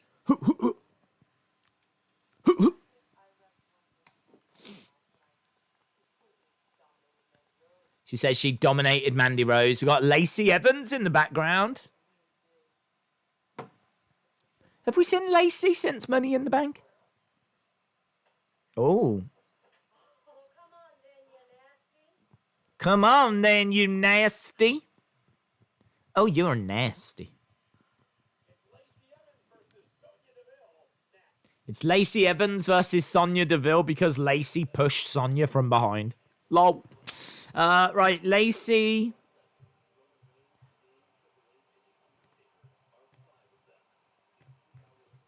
Lacey Evans versus Sonya. WrestleMania 31. Woo! Tell you what. What a show. When I watch something like this, when I watch wrestling, I always like to see some talking point. Do you know what I mean? I always like to see something that you just want to talk. That's the whole point of why I had a YouTube channel, was because, you know, rather than just dull match after dull match, dull promo after dull promo. Do you know what I mean? Little talking segment, Miz TV, dirt sheet, whatever. You know what I mean? Just, it's so hard to find anything in that you even want to share an opinion about. Do you know what I mean? A lot of the time when you're watching wrestling, it's so dull. It can be difficult to actually want to talk about it, to even share, to even muster up an opinion, or to even muster up any kind of energy to want to talk. But that open. Woo, boy! Tell you what. Loved it. Coaster Maniac says, Matt Hardy just tweeted he's happy to be in AEW and for Tony. Don't think he liked the beginning.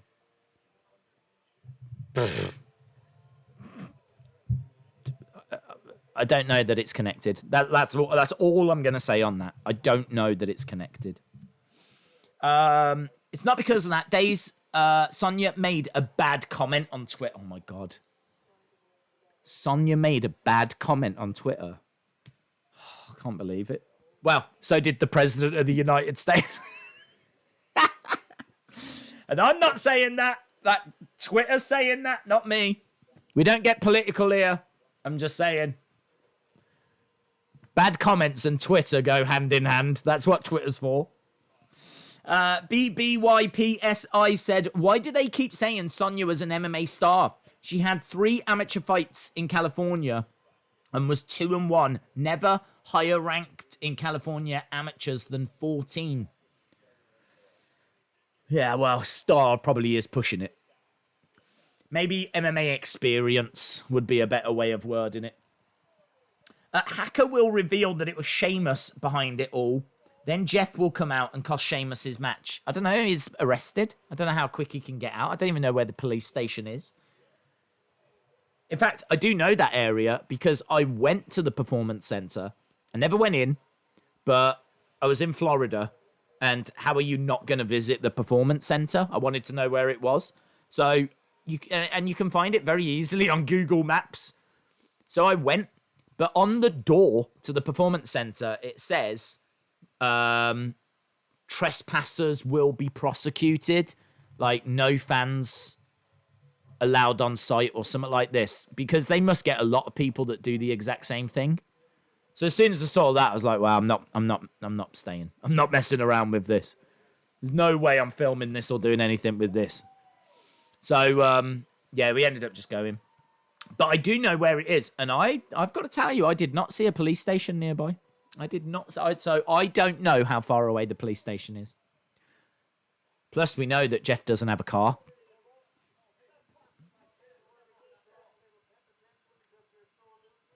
Here we go. Shorty G having a go at Cesaro and Nakamura.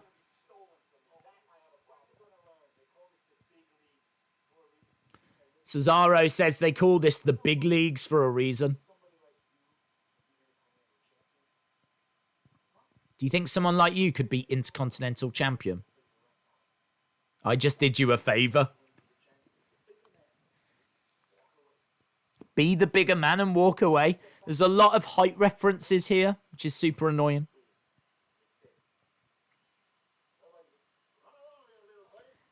Run along, little buddy. Forearm strike. Nakamura didn't do anything. Forearm strike from Shorty G, and Nakamura just like laughing at Cesaro. If you've got friends like that, who needs enemies? Right, here's Lacey Evans. She is the sassy Southern Belle. Signature move a woman's right. She is a veteran of the US Marine Corps. Is that Xia Li? Is that Xia Li?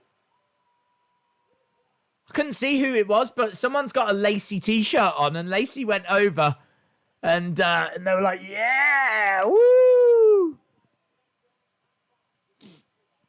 This sassy Southern Belle. Who's facing AJ? We'll find out later. Either Daniel or Sheamus.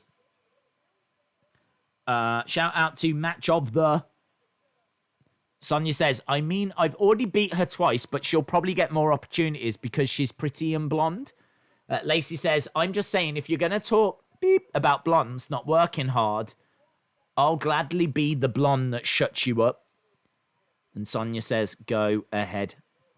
So that's how we got to this match. Right, here comes Sonya Deville. I do love that tunnel. I do love that with the plexiglass. It does look so cool.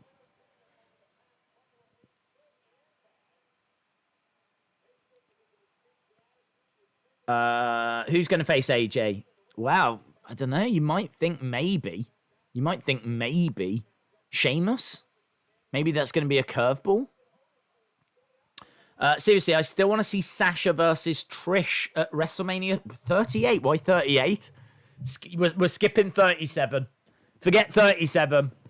I definitely don't want it at 37. It's got to be 38. Natalya wants Aaliyah on Raw. Why? Why does Natalya want Aaliyah? Why? Right, well, here we go. We're about to get underway with Lacey Evans against Sonya Deville. Stars of Total Divas. What, is Aaliyah on Total Divas? I don't know who's in the current class. Right, we're about to get underway with this match, and we're only around about 18 minutes away from the end of hour one.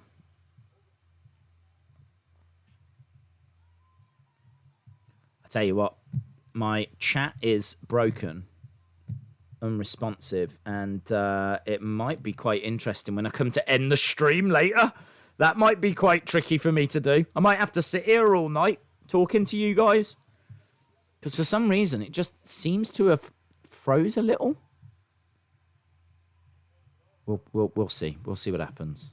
We'll cross that bridge when we get to it. I feel like the hackers hacked into me now. Right, Lacey takes down Sonya. Coaster Maniac saying Daniel Bryan will win in 18 seconds as a callback to the WrestleMania match they had. What, do you think AJ Lee will come out? Perhaps AJ, if you really want a callback, then AJ Lee would have to come down and give Sheamus a kiss. Right, here we go. Shoulder charge by Sonya Deville. Little giggle. It's always nice to have a little giggle.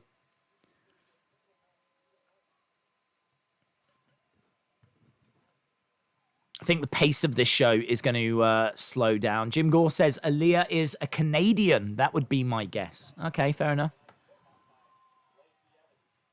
Oh, did you see as well? I don't know if you saw, but there was a video that went onto YouTube after NXT, and it was with Chelsea Green.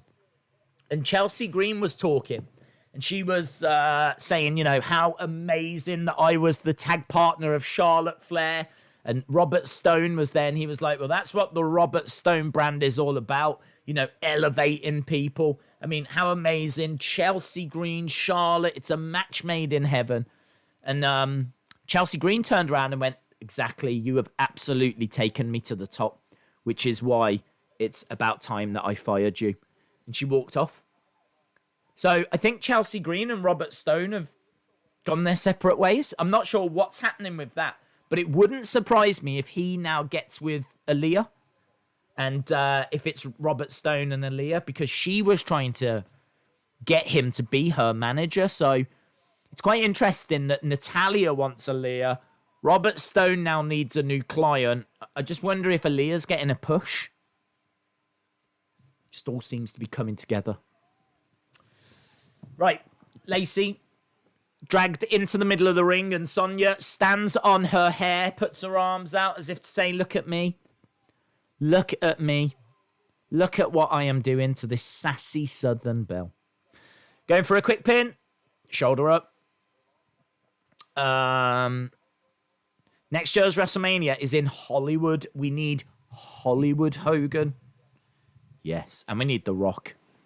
We need The Rock. We need lots of Hollywood stars. We need all the big Hollywood names like Macaulay Culkin and River Phoenix and the little girl out of Matilda. We need all the big Hollywood stars. Big strikes by Lacey, and she wraps Sonya up in the ring apron. Sonya is currently under the ring. I've got to say, I've not been feeling this match so far, but they're brawling now out the ring. Some strikes coming in from Sonya.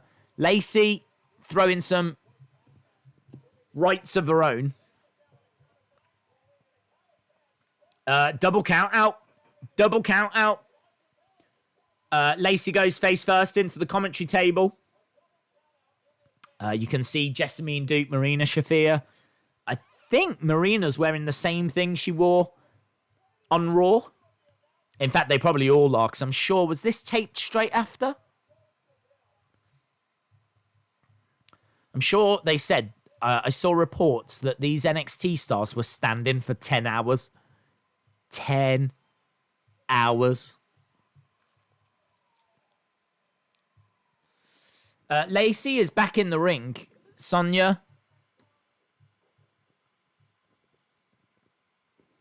walking away. That was a bit... I wasn't feeling that. It's crazy we never got Taker versus The Rock at Mania. There's quite a few big matches like that we never got. We never got Taker Stone Cold at Mania. We kept getting Taker Triple H too many times. We had it 3 times at WrestleMania. Right, we got the Forgotten Sons. Viewer discretion is advised. I watch WWE on mute, says John. Shout out to you, buddy.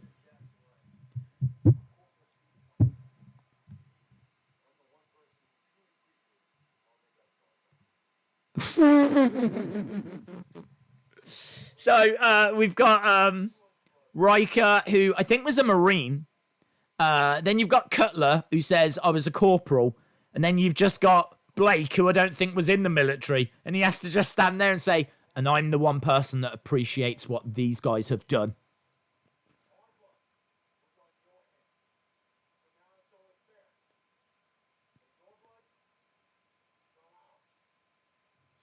I'm not sure about Blake. I'm not sure about Blake.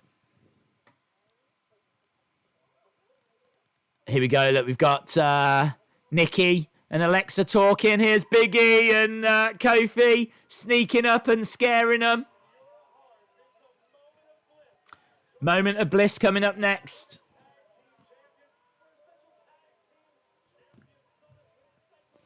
Right.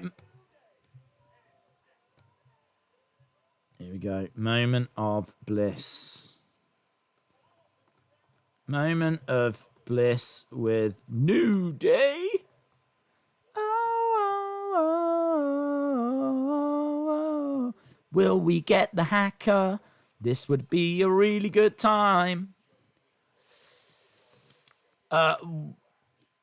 Backlash. Asuka Charlotte Monday. Asuka Charlotte.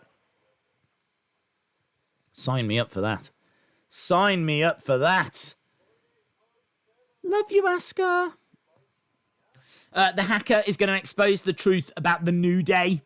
Hacker will strike next. Days, what have I missed with the story of the crash? There was a crash and you missed it. And that's the story. This is where we could get the hacker. It is. Tony says, I'm going to put myself in timeout. I think you should, Tony. It's about time. They said that the driver was wearing black. Matt Riddle wears black. He also wears yellow. If they said the driver was shouting bro, then I might be the driver was wearing flip-flops, then I might be a little bit more with you. But literally everyone wears black. Do you know what I mean? Saying, oh, the driver was wearing black narrows it down to the whole WWE roster. Everyone wears black. So we didn't really make much progress there. Velveteen Dream, Chelsea Green, Io Shirai, and Dominik Dijakovic could be called up in the coming months. Jay Montenegro says, I was at Asuka versus Charlotte on the Raw after Survivor Series. And Ray is Ray's retirement thing as well, isn't it? You know, Ray retiring, that we all totally believe is going to happen. That's Monday. Days, I think Bryan will beat Sheamus because I don't see them doing heel versus heel. Yeah, I just wonder why do this then? Unless it's just a little story to tell for this week. I don't know. Seems like a lot of trouble to go through to get to Sheamus being back in the tournament and only for him to then lose. I don't know. It's tricky. What if it's a draw? What if it's a draw and it's a triple threat? Bryan, Sheamus, AJ. The driver was wearing a black top and black pants. So was Sheamus, Corbin, Cesaro, and Sonya Deville. Well, there we go. Confirmed. Bruce Pritchard was behind the stories during the Attitude Era, and Vince just made him the executive vice president. So that means he could have had a hand in that Jeff story. Liam says, Dave, you missed a bit of information. There was a crash involving a car which was silver. Did I hear about it crashing into another car? I don't know if I did actually. So yeah, that might be a bit of information that passed me by. Shout out to you. Little advert for WWE Shop. Days, the beginning was great, but this show has now gotten slow. I agree. I think that last match was a bit of a... kind of think like, you know...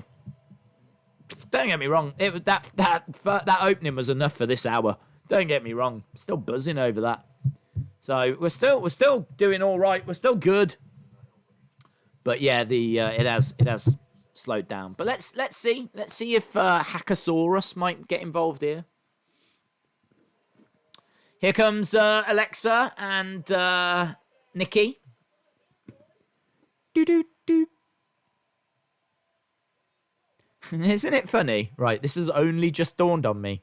And I don't know if it's dawned on you as well. But isn't it funny how you've got... Oh, Nikki Cross making... She is well excited. Did you see her promo from last week? Her promo last week was absolutely incredible. So good, her promo. And it kind of got a little bit lost, like, with all the other amazing stuff that happened last week. But, yeah, she cut a very, very passionate promo last week. Big cheers for these two.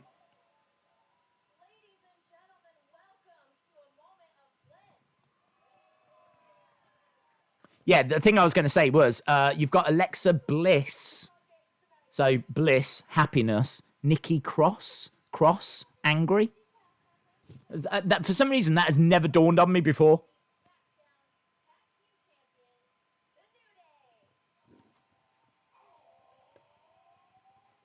I wonder if that was done on purpose. And I wonder if I'm really slow. Right, here come the New Day.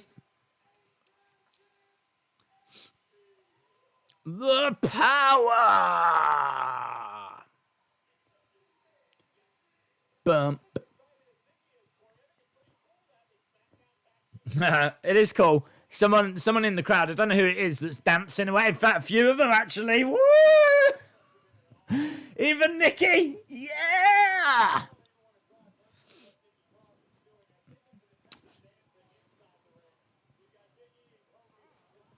Whoa!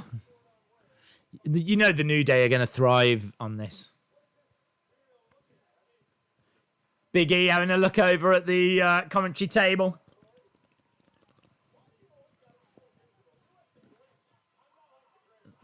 He's crowd are loving it. Are we going to have a match to find who the real tag champs are? New Day versus Bliss and Cross.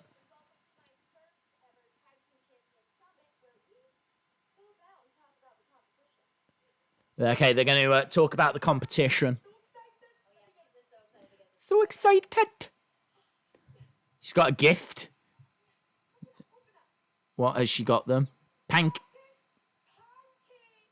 What are they? Scottish pancakes.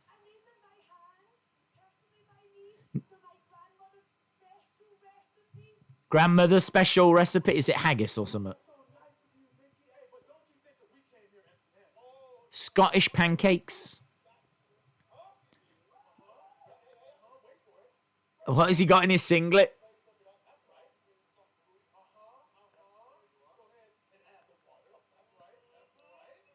What is he pulling out of his singlet?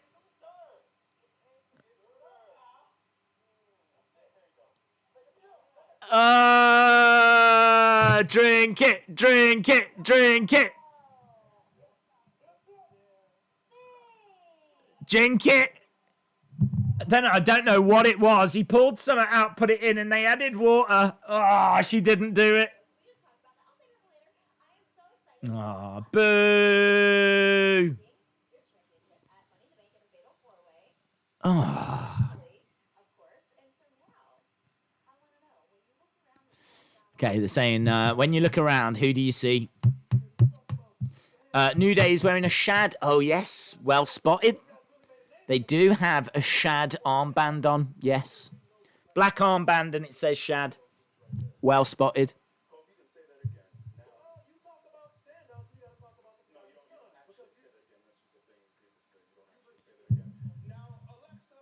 Okay. We know you've been mixing it up with the Iconics.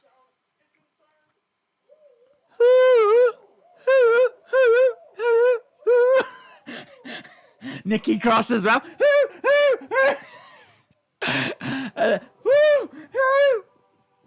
I love how Nikki Cross is getting into it. Hacker, please. Were they coffee beans, were they? Is Sasha and Bailey.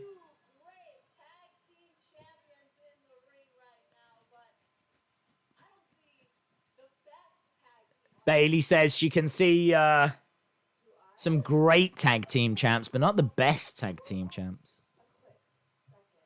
Are these new... Sasha's got like a tracksuit on. Are these new like chalk line? I should imagine you could buy these. Bailey with what I think is a chalk line jacket.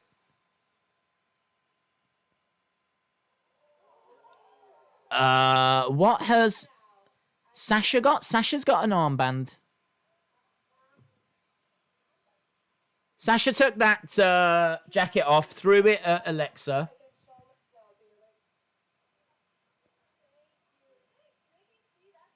Oh, Sasha's got an armband that says Hannah. That's cool. For Hana Kimura from Stardom. That's nice. It's very unusual to see tributes paid to non-WWE superstars, so that's a really cool gesture. Great gesture from the New Day with black armbands that say Shad and Hannah on the arm of Sasha Banks. Really cool. Sasha, where's your championship? Bayley's got a belt. Alexa's got a belt. Nikki's got a belt. Kofi's got a belt. Big E's got a belt.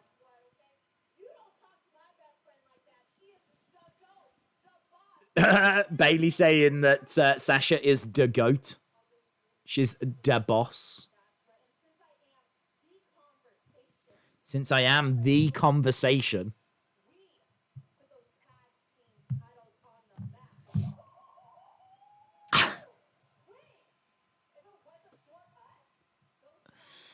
Bayley's not a real champion. I like Bayley. I think Bayley as a heel has been a success. Name the time and place, sweetheart, says Alexa.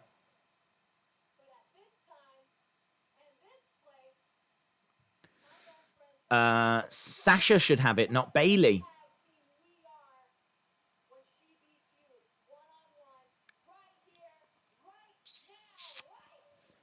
Bayley has made another match. Sasha not happy.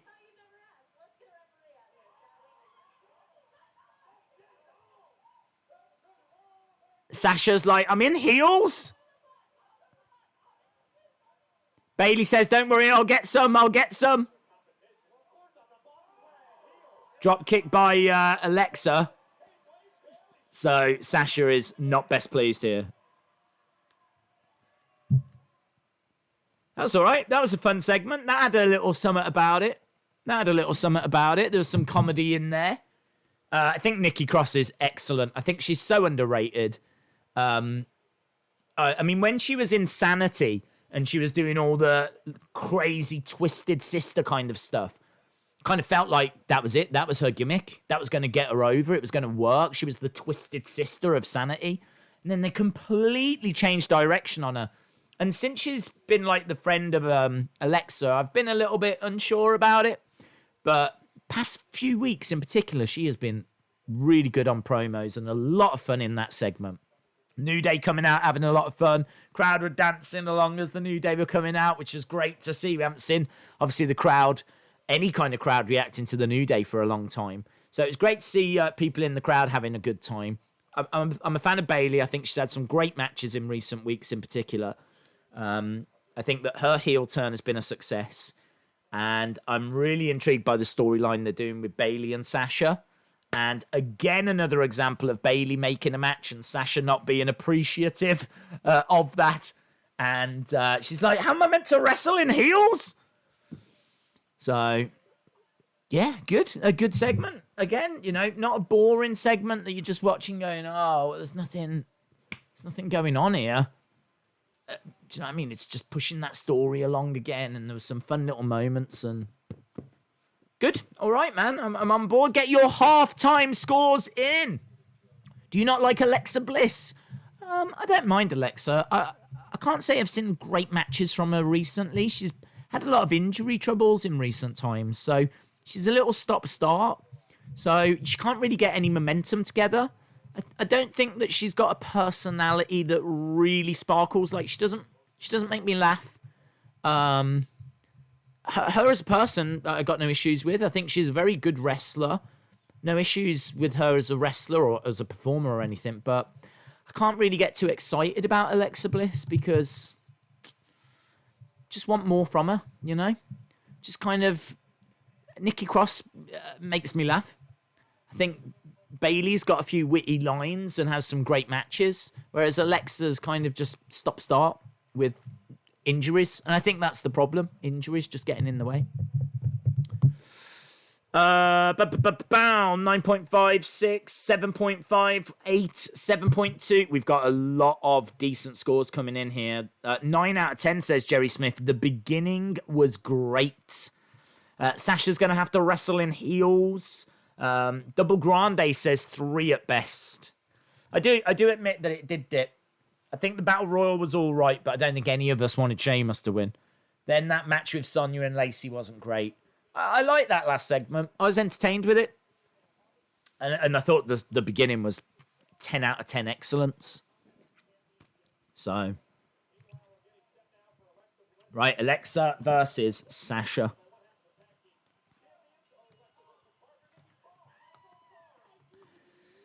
She's having to wrestle in trainers. Nikki Cross says, keep her away from me. You suck. Honestly, keep an ear out for what Nikki's saying. She's going to be a lot of fun on commentary.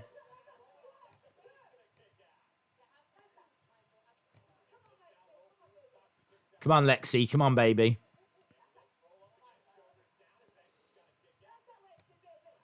That's it, Lexi, baby. That's it, Lexi, baby. Regia Productions says, did you see Jason Jordan at the start of the show? I did, my friend, yes. What trainers is she wrestling in? I'm not a trainer connoisseur. Kicks coming in. They look nice trainers, though. Lexa showing off. This is a good opportunity. What I was just saying about how Alexa hasn't wrestled a great deal. Not like singles matches because of injuries. This is going to be a great opportunity for her. Double knees. Nice. Double knees. Going for a pin on Sasha. Lexi. Lexi. Lexi. Nikki Cross banging on the top of that commentary table. Nikki saying to Bayley, telling her to shut up. She says, I'll come over there and I'll slap you. Double knees by Sasha. Those trainers look awesome. Kick out by Alexa. Are they Jordans, are they? I can't see him.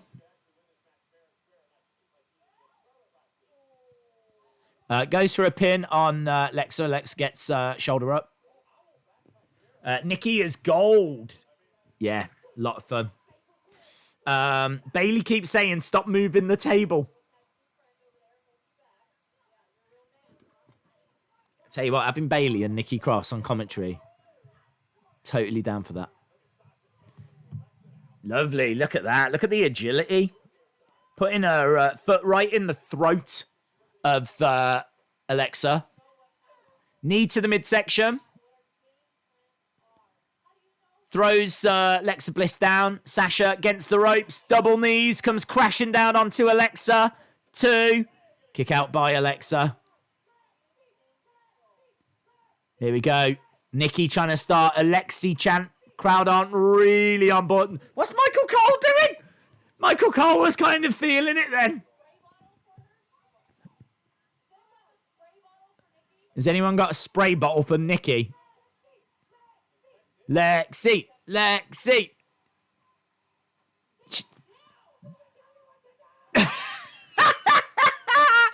Bayley says sit down and Nikki Cross goes, don't you tell me what to do!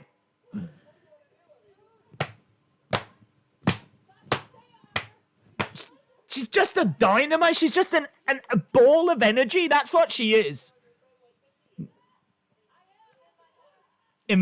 Why aren't you cheering on your friend like Nikki is? And Bayley says, I am in my heart.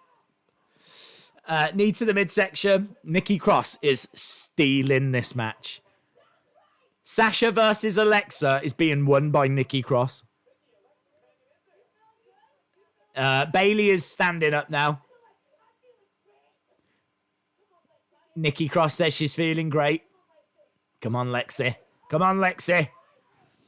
Sasha looks smoking.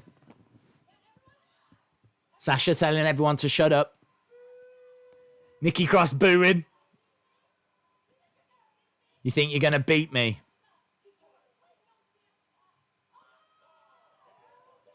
Big strike, Alexa firing back. Here we go, Alexa Bliss firing back. Sasha into the corner, up over the top. Oh, gets slammed face first by Alexa Bliss. Nikki Cross loved that. Bayley shouting at Nikki, will you stop? Will you sit down? Sasha. Sasha. Look at Corey. Look at Corey. Corey's like... He's got Nikki Cross here. He's got Bayley here. They're both screaming. Nice drop kick by Alexa Bliss. Get Alexa. Oh, nice. Face first. I think Sasha looks really cool wrestling in like tracksuit bottoms and trainers. So agile as well. Look at us just dropping knees and everything, going for a quick pin. Shoulder up by Alexa. Shoulder up by Alexa.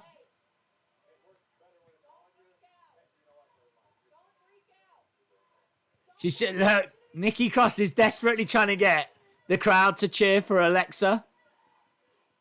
It's working. Roll up by Alexa Bliss. 2. Kick out. Here we go. Head scissor. Takedown by Alexa. Into the corner goes Sasha. Big right hand. Sasha goes down. Alexa Bliss. Bayley saying, come on, Sasha. Bayley getting involved. Trying to distract. Nikki getting involved as well. Nikki gets thrown into Alexa.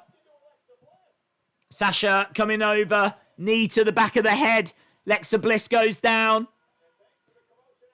Over the top. Lovely. Look at that. Jumps on her back. Rolls over. Gets the pin. Sasha Banks wins. Bayley jumping for joy. Grabs the boots. Grabs the title.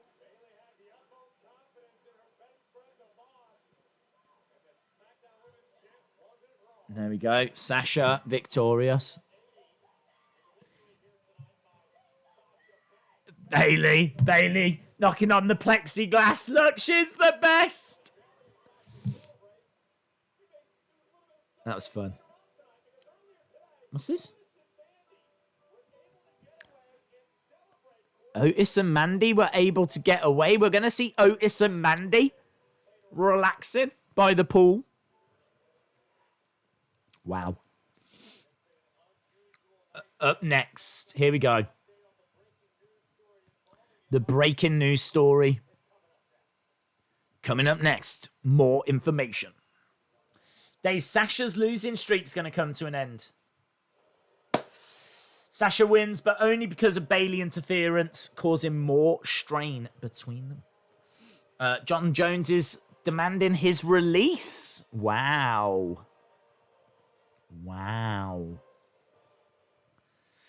I tell you, John Jones was lucky to win against Reyes, so I don't know. Perhaps there's a little bit of that. Perhaps he knows that the talent is starting to catch him up. He's been so ahead of the game for a long time, John Jones. I wonder if he just doesn't feel that way. If you had to come up with an end outcome for the whole Jeff Hardy situation, what would it be? I'd want something big, something shocking.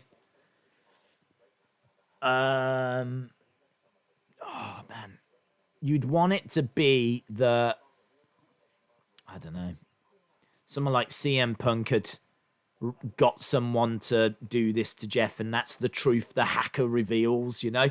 So CM Punk isn't the hacker, but maybe CM... Oh, they're saying that if CM Punk's coming back, he ain't coming back as a heel. So you couldn't have CM Punk behind this attack. It's so cliche and obvious to say CM Punk because is the name everyone wants and has wanted for like 6 years, you know?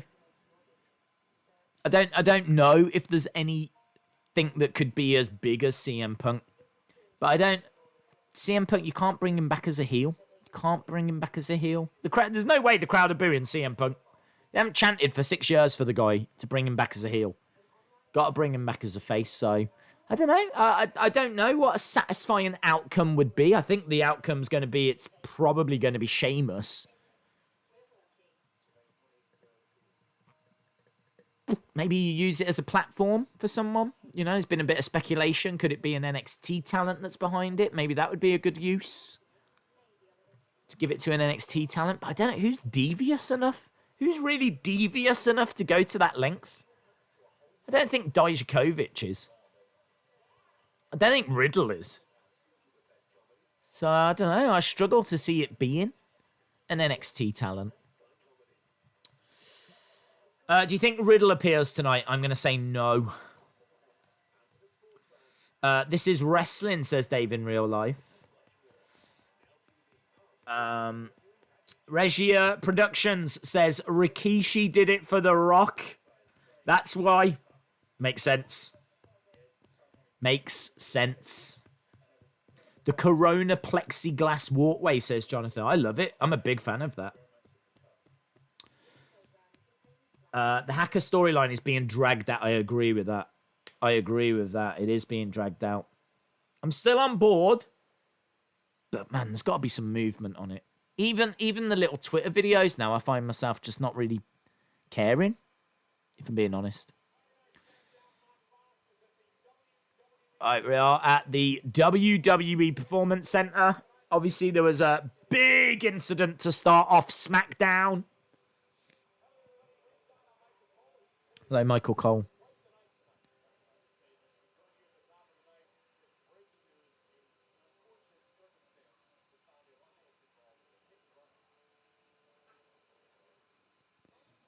Moments ago, they're just showing us earlier tonight.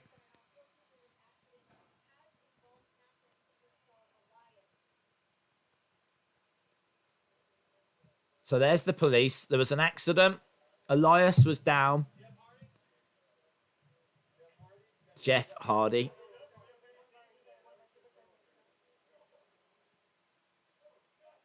And then they find him. Are those houses round the back? What is that round the back?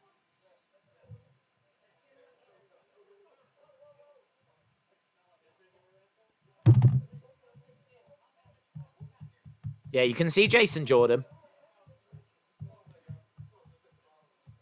He smells just like the bottles in the car.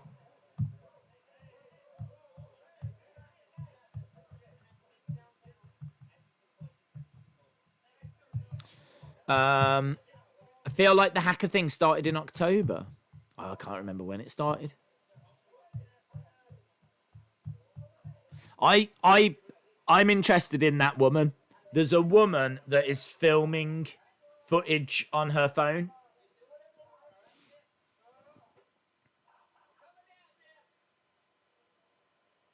Look, she is very obviously involved. It's not a woman that we recognize. It's not Linda in disguise. That would be amazing. Sadly, it's not. We've got Daniel Bryan versus Sheamus tonight.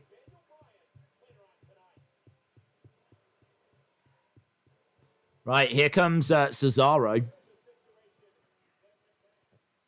Right, I'm guessing this is Cesaro, Shorty G.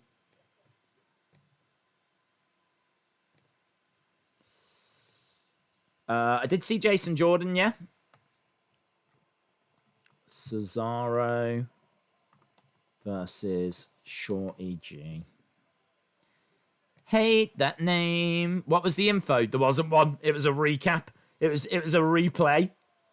So that was the info. This is what happened earlier. That was the info. It's not a real ambulance. I don't know what American ambulances look like, to be honest.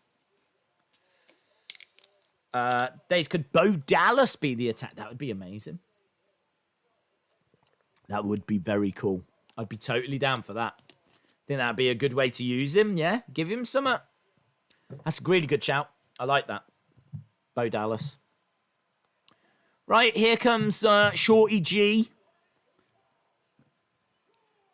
Lowercase G making his way down. Julie Farnsworth, shout out to you, my friend. Regia Productions says 2 matches left. So far, I don't like the show. Oh, I do. I thought it was an excellent start. Interesting battle royal. Good storyline. I enjoyed the Alexa Sasha match. Nikki Cross, excellent. The moment of Bliss thing I thought was entertaining. It's only really like the Sonya match I wasn't really taken with. Nice to see Shorty G back in action as well.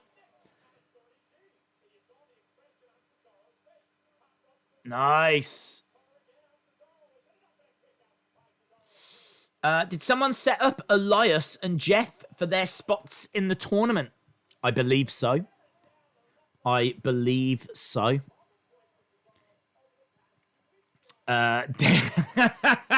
Jerry Smith says days Carol Baskin is the attacker. Yes, finally someone coming out with the truth. We were all thinking it, but it took someone very brave to actually say it. Carol Baskin trying to murder Elias.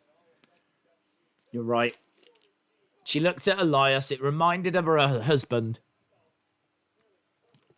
So she tried to kill him and then framed Jeff Hardy. Poor Jeff Hardy. Scouse Yanks says, I hope we get a hacker update. And I was thinking Robert Roode could be the person behind the attack. We haven't seen him in a minute. That's true. I think he's stuck in Canada. Shorty G down and Cesaro going for the pin. Gut wrench suplex, almost getting a 3. We've sadly got less than 40 minutes to go. Gotta say, this show has gone very fast. I know I tend to say that a lot, but this has gone very fast. Shorty G against the ropes. Basement drop kick takes out the knee of Cesaro. And Shorty G running over. Cesaro picks up Shorty G, slams him down. Here we go. Shorty G. 1, 2. Kick out by Shorty G. 2.5. I mean, look, Cesaro and Shorty G should be giving us a great match. So this is, and it's not bad so far. It's just one of those little silly, you know what I mean? It's all over his height, which I hate that. I hate that.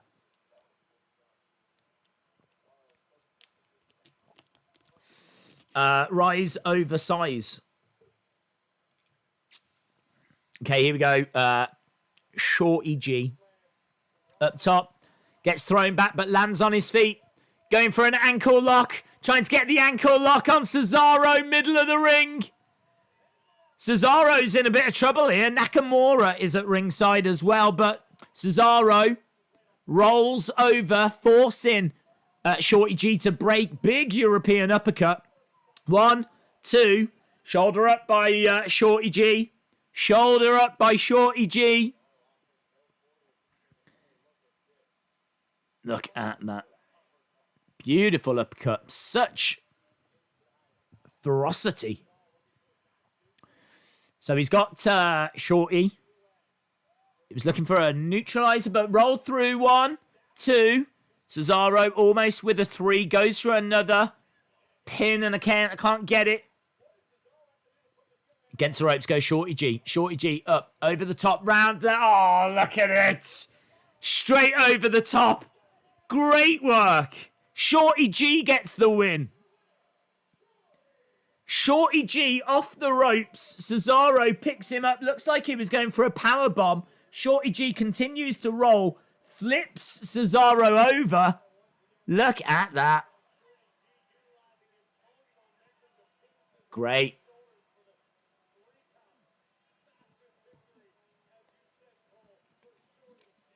There we go. Didn't outstay its welcome.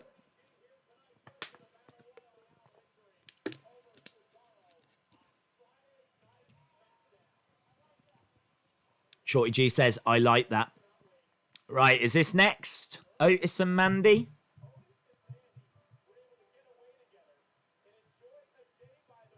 Enjoy a day by the pool. Here we go. Otis and Mandy. I think we're all looking forward to seeing Otis in a bikini. That's why I watch. Mandy Rose versus Otis.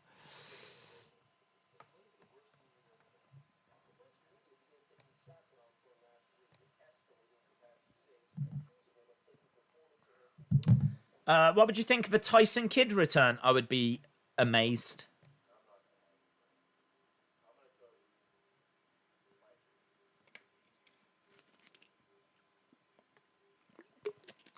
Does anyone else think the storyline with Jeff is a bit distasteful, considering he's got a lot of problems with alcohol and drink? No.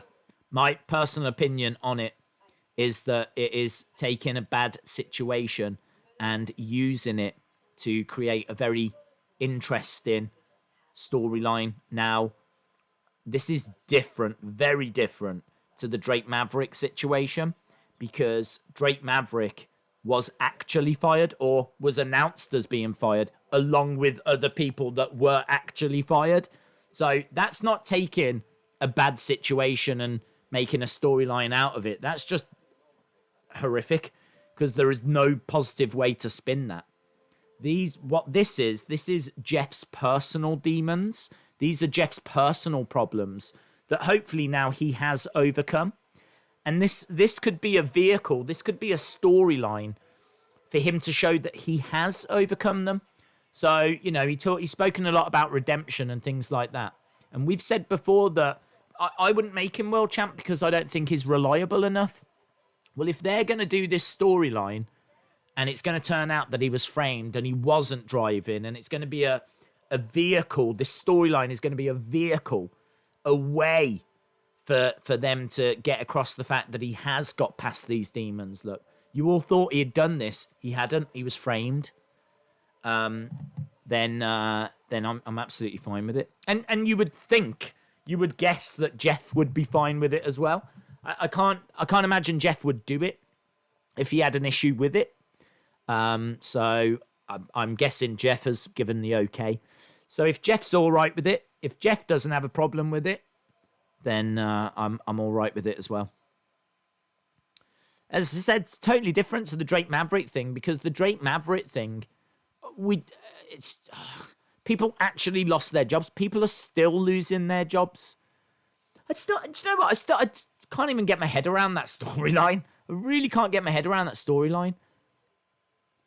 The fact that they fired someone and they're now... The story is, can he get his job back?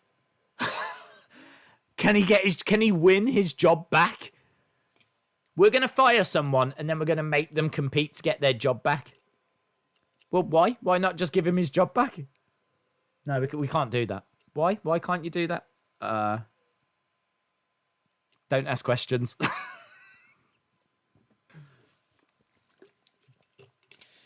Right.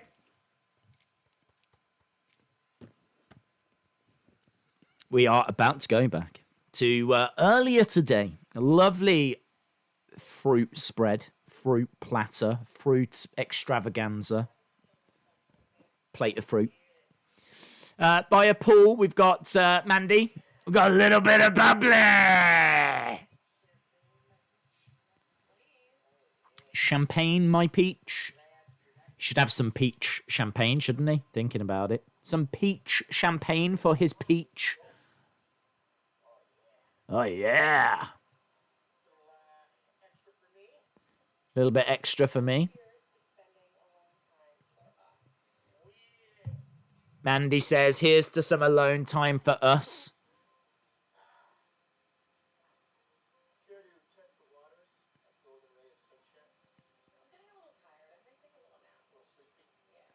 You a little sleepy.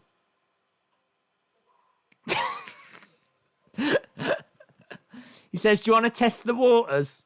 She says, I'm getting a little tired. He's like, oh, hello. We're seeing a dream sequence. This is a bit strange. Oh, yeah. Mandy's like, oh, yeah. What are we watching? I don't know what I'm watching right now. I'm watching Mandy, like, an Otis coming out of the water.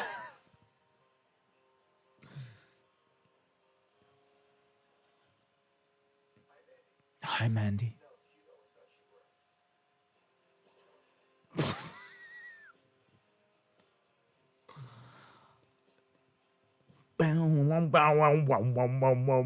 People are like, what? Yeah, this is strange. Wow, he ripped that shirt really well. The peach is eating a peach. As soon as we come back from this, we need to have Titus O'Neil. Titus O'Neil needs to stand there going, what did I just watch? Look, she just squirted. She just squirted the sun cream.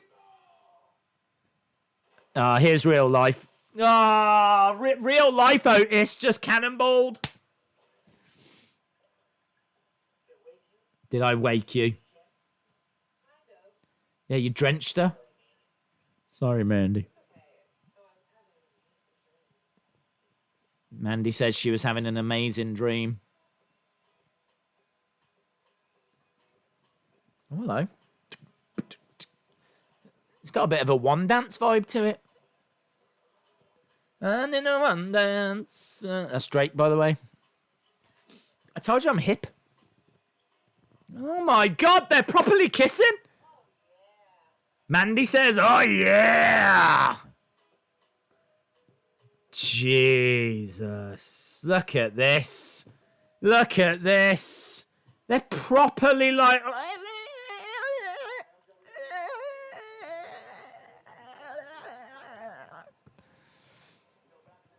Kurt Angle's here. What's Curty boy want? How are you doing, mate? Dun,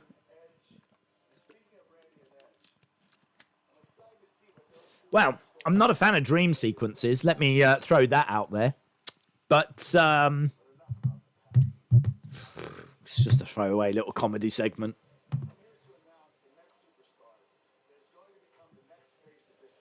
Hello. Kurt Angle says that there's a new superstar that he's gotten to know that's going to become the face of this brand. Kurt Angle's here to announce the arrival of a new superstar to SmackDown. He's coming to Friday Night Smackdown. Bro! The rumors are true! Matt Riddle on his way to SmackDown. Bro. He is gonna do amazing on SmackDown. He is gonna do amazing. He's got such a big personality. Hard hitting in the ring as well. Future Universal Champ. Universal or WWE, whatever brand is on, whatever title it is, he wins the big one. No doubt in my mind about that. He's got everything you need. He's got everything you need. He's going to have the support of the crowd. He's already shown that he can do comedy spots. He's got an interesting gimmick.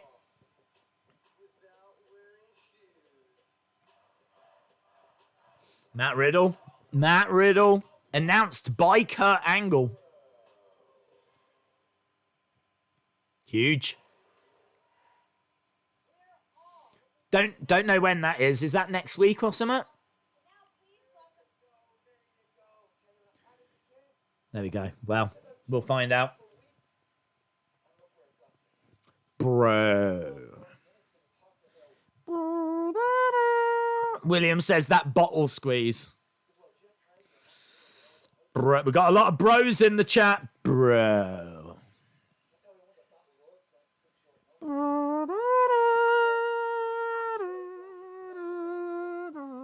I wouldn't worry about Pete Dunne. Pete Dunne's a solo star. Pete Dunne and Matt Riddle were the Broserweights, but that's done. They were only put together for the Dusty Cup, the Dusty Rhodes Classic. So, and they lost the tag titles whilst he was stuck in the UK. So he'll go back to being a solo star. So I wouldn't worry about Peter. Might be a good way to bring Peter up, actually. He can always turn around to Riddle and say, you left me. You left me. Here's Sheamus. Here's Daniel Bryan.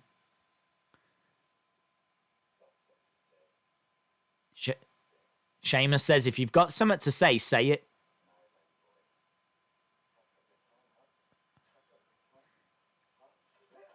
Oh. Kicks the leg of Sheamus. You'll pay for that. They've had quite the history, haven't they, those two? Quite the history. Daniel Bryan, Sheamus. I wouldn't say that that's his main rival. I think The Miz is Daniel Bryan's main rival. But Sheamus is up there. Definitely. Wow. How about that Otis and Mandy segment, hey? How about that? As I said, I'm not a fan of dream sequences, but it's not anything that's interrupted a match, you know? It's a separate little thing that's a vignette, so I can live with it. I think it was humorous. I think it was weird. I think the end was disgusting. I don't know. More talking points, let's put it that way. More talking points. John says, this feels like a SmackDown from 2016. Riddle Cesaro will be awesome. Boston Bruins fan, no hacker appearance yet. No hacker appearance yet. Wrestling Days fan said, fire segment. Amazing. Glad you enjoyed it. Do you remember how much fish could Bobby Fish fry if Bobby Fry could fry fish? R.I.P. Raw. Sadly not, Josh. We can't watch WrestleMania 31 because I have to record Wrestling Escape Pod. And don't forget, there's a brand new Wrestling Escape Pod all about tag team betrayals that's going to be on at past. So we're around about just over half an hour away from that. And that'll be on the Wrestling Escape Pod channel. I'll be in the chat. Tommy Toy Travels will be in the chat. And it's a fun one. It's a fun one. But yeah, I have to record that on a Tuesday night. And then it goes up on a Friday night. Ray Porter says, how come The Fiend hasn't gone after Randy Orton? I think he's been a little distracted, to be honest. I think he wanted to finish off the Finn Balor feud. So he finished that off. And he then got moved to like a separate brand. You know, Randy's been on Raw and The Fiend's on SmackDown. So he's not been able to get to Randy. So he's kind of been working on a few other things, like Seth and getting the title. And then, you know, obviously we had the feud with the little thing with The Miz. There was the thing with Daniel Bryan. So I think it's mainly because they've been on separate brands. But don't make no mistake about it. He's on the list. There will be the match. They've got to do that story. Mark says, I would love it if it was Lars. Shout out to Logan McMichael. Days, what do you think of Ray's son Dominic joining the Messiah? Might be interesting. Might be a good way to use him. I think people would prefer it though if Ray's son was to carry on Ray's legacy. You know, Ray passes the mask over and Dominic goes on fighting for good. You know what I mean? Like, Ray's the ultimate underdog, is the baby face of all baby faces. So, kind of feel like Dominic should carry that on in a way. So, yeah, you could definitely tell that story. I don't know that I would go that way. Did you notice that The Fiend was watching Otis and Mandy for a second before it became a dream sequence? I did not notice that, no. I did not notice that. That could be interesting. Fiend versus Mandy Rose. No hacker tonight. J14, shout out to you. Bro. Amazing, yeah. Is it true that Mandy is dating Dolph? I believe so. That's the last I heard, yes. In real life, she's dating Dolph. I don't know if she still is, but... And I don't know how he's going to feel about seeing Mandy and Otis smooching in the pool. There was some serious smooching going on. On the smooching scale, that was 10 out of 10. That was 5 smooching Meltzers out of 5. Rey Mysterio the third, yes. Because you're right. Rey was given the mask from... Was it his uncle? Can't remember where Rey got it from. But he was given the mask and it was passed to him, yes.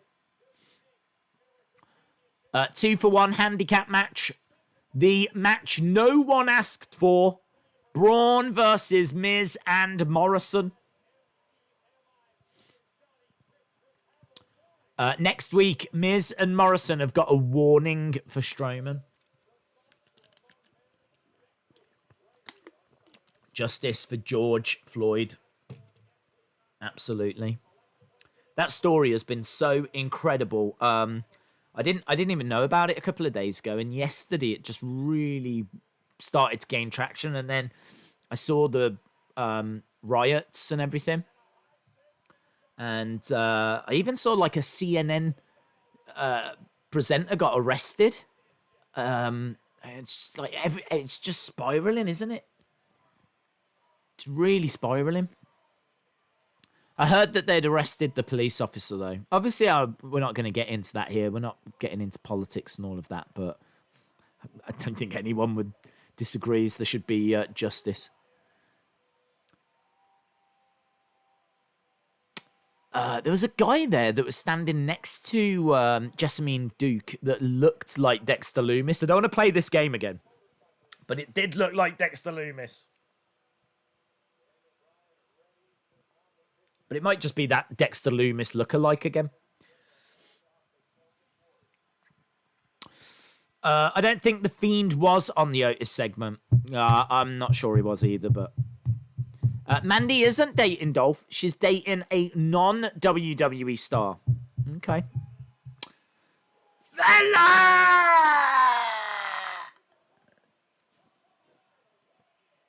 Who is this? Who is this fella? Has anyone ever asked Sheamus, who is this fella? Who is this fella? Becky Lynch is the man, so who's the fella? And why does he never answer Sheamus? He calls for him all the time. Oh, he's having a look at what Michael Cole's saying. He just had a little wander over to where Cole was. Supreme Kermit the Frog says, Daisy, I've not been able to watch WWE because I work as a nurse. Can you fill me in? Yeah, great start to the show. Great start. We started outside. There was a car accident. Elias taken to hospital. And the police discovered that the car belonged to Jeff Hardy. Jeff Hardy was arrested. It was implied he'd been drinking.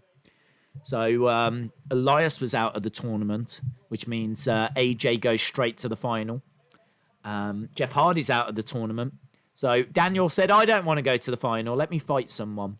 So they did a battle royal. Sheamus won. And now we're at the main event. Daniel Bryan versus Sheamus. Daniel Bryan versus Sheamus. That is our big story of the day.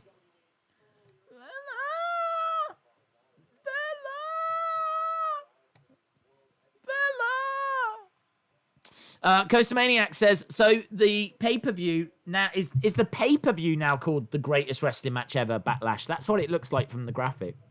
Yeah, they keep showing that all the time. I think the logo for this year's Backlash is greatest wrestling match ever, Backlash. I think it's all just one. Every single match has got that attached to it. I think they're claiming that it's connected to Edge and Orton. But for some reason, they just keep showing it on everything. I just don't understand what they're doing. It's a mess. It's a mess. Just desperate to get people to tune into it. Those casual fans that don't know much about wrestling, that just watch once in a while. They're desperate to convince them it's the greatest wrestling match ever. And the rest of us are just like, what are you on about? I'll tell you who was driving that car, Vince McMahon. If there's been a car crash and someone's been drink driving, it's Vince McMahon. Just look at the evidence.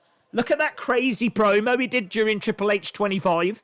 Look at this greatest match ever malarkey. Yeah? If anyone's had a, you know what I mean? If anyone's had a shandy, it's Vincent Kennedy McMahon.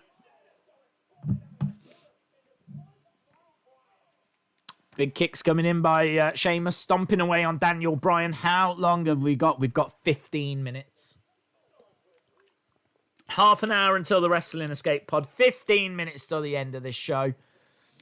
Who goes on to face AJ Styles? Days, if you told me at the start of SmackDown that it would start like that, I wouldn't have believed you. Gemini605 says, I'm happy Sasha got the win. I loved all of that. I loved the moment of Bliss with the New Day. Thought it was fun. Loved the match that followed. Loved the fact Sasha didn't have the right attire. She had to wrestle in trainers. Loved Nikki Cross on commentary. Thought the match itself was good. Thought Sasha looked really athletic in that match. She's bumping all over the place, throwing herself, double knees everywhere. She looked really good. So yeah, that whole thing I really enjoyed. Suicide dive by Daniel. Sheamus goes face first into the barricade. Come on, Sheamus! As we go to commercial break. The Hacker will come on June 26th. I'd say you're partial to the old shady days. I'm partial to the old shady. Oh, Shandy. I'm partial to the old Shandy, yeah. The old Shandy. Me and Shandy go way back. Did you see what Jeff Hardy's wife just tweeted? I did not. I don't even know who Jeff Hardy's wife is. So I did not see that. Let me know what was said. If she's going to say that this wasn't cleared with Jeff, then I may start changing my opinion here. Could this see the debut of Willow? Oh, I hope not. I hope not. I've got no desire to see Willow. I think Jeff has had some very real demons, and I think we all feel a connection to Jeff the person. And I like this story so far because I think we're addressing that. You know, we as fans, it's all been very public. His demons have been very public. So I think using it in storyline, as long as it's cleared with him, and as long as we're all on the same page, then who's being hurt? Who is this hurting? It's not hurting anyone. So I would be on board with it. Did AJ advance? He did. Day's classic mix-up. It was actually Jeff Harvey who is the carpet. Right, there we go. I was hoping Tucker would come out of the pool. Rebby Hardy is Matt Hardy's wife. Rebby is, yes. Jeff's wife is called Beth Hardy. Okay. Jeff Hardy's wife is Mrs. Hardy. Duh. Well, there we go. Spoiler alert. Oh. The only Willow that... Yes, so, yeah, to finish that, I think that this has all been very real. We feel a connection to the real Jeff Hardy. I don't need to see Willow. Hope you well. Glad to see Riddle being called up. Same. Shout out to you, Ashley Drury, by the way. 2004. Keep it real. Hopefully he won't be a jobber. He might struggle at the start. We all know they don't know how to book NXT talent when they first get called up. But I've got every confidence that he'll get there eventually, like Drew did. His wife said that she wants to throw her TV out. Oh, wow. Sounds like she didn't know about it. Interesting. Who's Karen Hardy? Where's Karen Hardy come from? I think Jeff addressed his issues after the debacle of a match with Sting in Impact. Well, I don't know. He got arrested again after that many times. That was a debacle. As we keep saying, you know, Jeff has had very public debacles. They're not played out at all behind the scenes. So I do feel like addressing them makes sense. I'm not saying it's the right thing to do. I'm just saying it makes sense.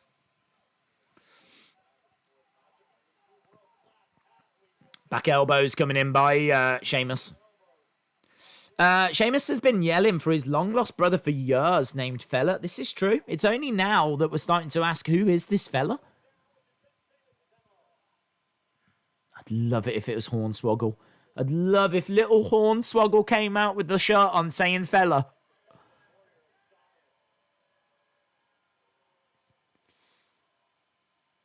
Sheamus asking, are you not entertained? We've got 10 minutes to go. I think Riddle being moved to SmackDown is not good for NXT. I don't know. They've got a lot of talent coming through. I don't think he's someone that's going to really move the dial that much, to be honest. I don't think he's a big name in NXT. Well, he is known in NXT, but I'm saying he's not someone that leaving, you're not going to see 100,000 people stop tuning in, you know?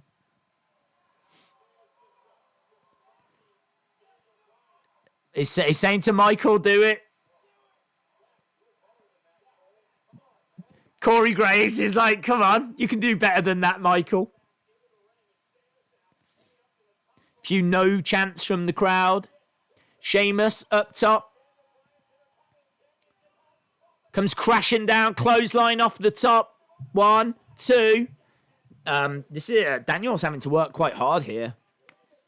Daniel having to work quite hard. Jacoby says, I can't stand Matt Riddle. Fella was born deaf. That's why he never answers him. All this time, Fella is just sat there wondering why Sheamus never calls. And Sheamus hasn't got his phone number, so he has to just keep shouting out, Fella! In the hope that he'll hear him. It's a heartbreaking story, actually. They could make a big motion picture about it. Cloverleaf, look at that. Now, my personal opinion, that is a cloverleaf, perfectly applied, looks beautiful, middle of the ring. It should probably end the match.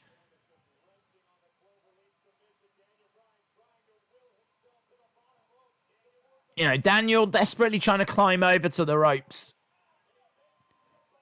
Gets there. Michael Cole says, is that going to anger Sheamus even more?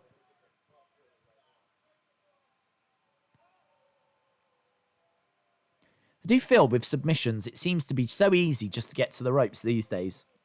I don't remember it being that easy back in the past. I mean, Ric Flair used to win with a figure 4 leg lock. He wouldn't stand a chance in 2020. He wouldn't stand a chance. He'd be a jobber. If you put someone in a figure 4 leg lock now, they get into the ropes. Even Charlotte's had to turn it into a figure 8. Knee strike by Sheamus. Sheamus with Daniel looking for a superplex.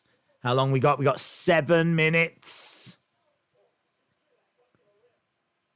Another big strike to the ribs. Yeah. Right in the bread basket. Down goes Sheamus. Daniel Bryan. Up top. Feeling it. And missile drop kick by Daniel Bryan. Sheamus goes down. Oh, what if Fella comes running down? What if Fella makes an appearance now? Comes running down.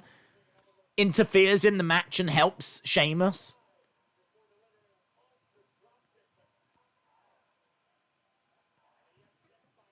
I'd love it as well. I don't know why. I'd love it if Fella was like some big monster. Could you imagine? Fella is like giant Gonzalez. Fella! Who is this? Who's coming down to the ring? It's Fella! Fella is here! Like the Yeti. The Yeti. The Yeti from WCW. Or Giant Gonzalez. It's Fella. Fella is here.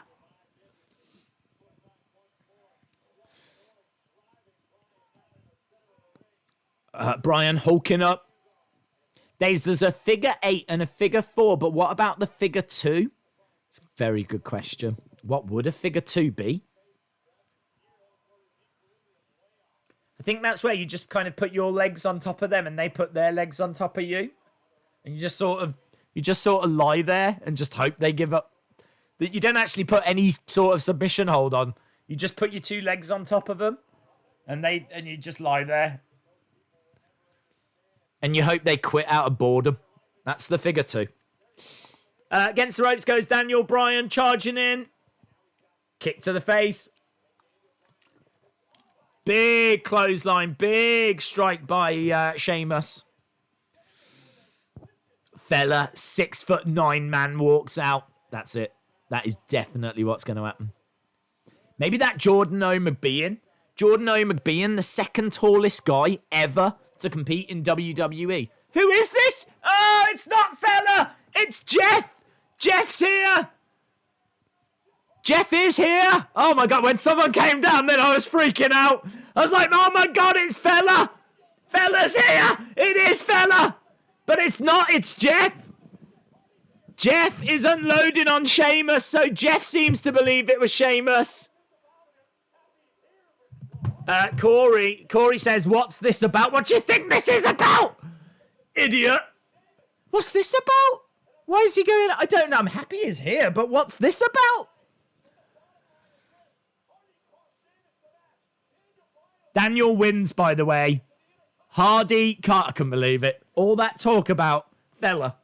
And then someone came walking down. I was like, oh my God, have we called it? This could be the greatest moment of my life. Well, here we go. The final. Daniel Bryan against AJ Styles. Well, he managed to convince them quite quick that he wasn't involved, didn't he? Perhaps they did a breathalyzer and it came back as negative. But even then, would they let him go?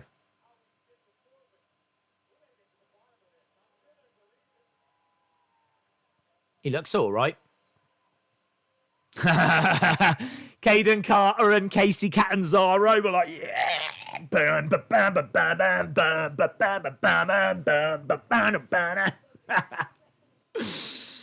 How would Bob Backlund's chicken wing go over in 2020? Not brilliant is the answer.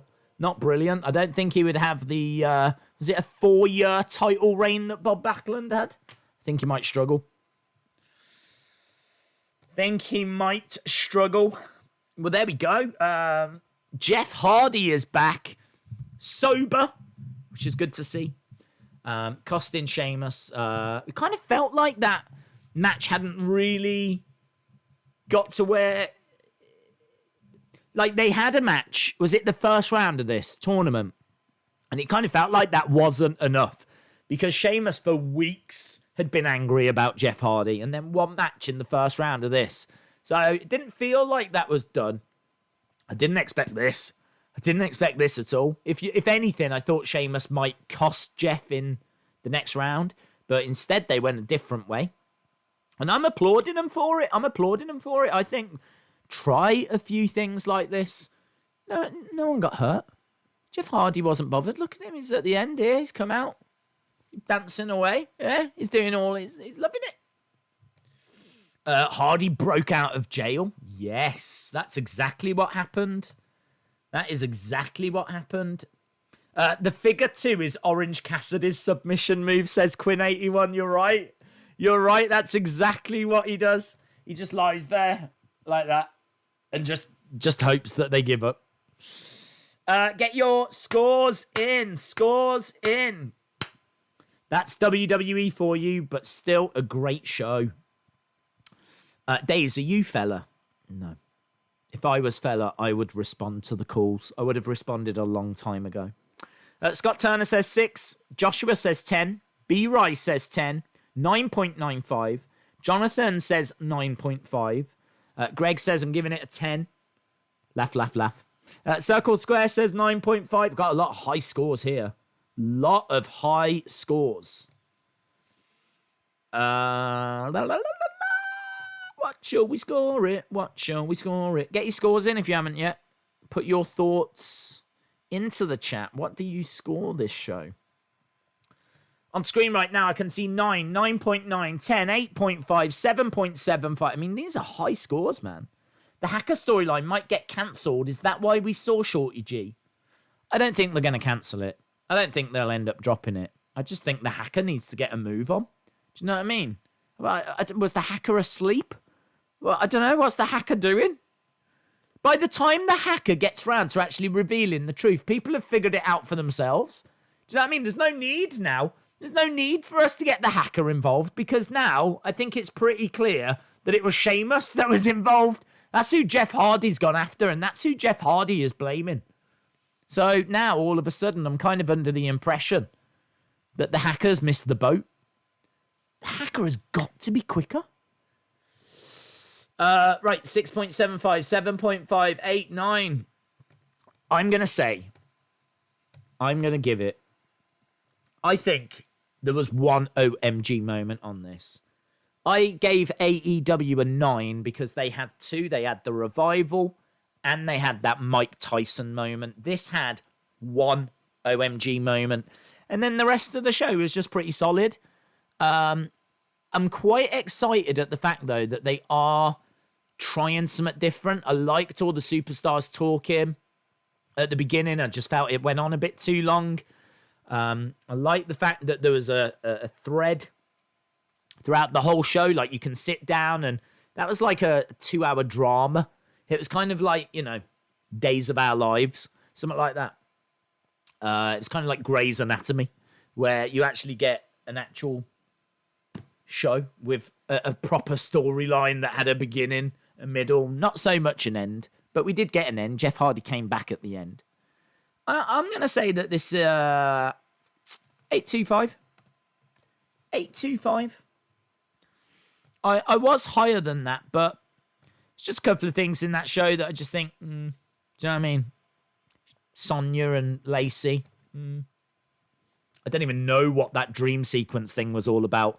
That I'm just filing in the weird column. Some of the rest of the action, I love the Bayley Sasha stuff. Thought that was excellent. Battle Royal, always great to see a Battle Royal. Although Sheamus winning is a bit, yeah. But no, really, just for that opening segment, just for that opening moment, that is what's grabbed my attention. So I can see on screen as well, they're talking about Woodley versus Burns. That, I believe, is our main event for tomorrow. So we are watching UFC tomorrow. We're not going anywhere for another 10 minutes or so. We are going to stick around for 10 minutes. Just get your final thoughts. So, yeah, Tyron Woodley versus Gilbert Burns at UFC Fight Night. We are watching that tomorrow. I'm not sure what time it starts. I want to say it's... Do you know what? Let's have a look.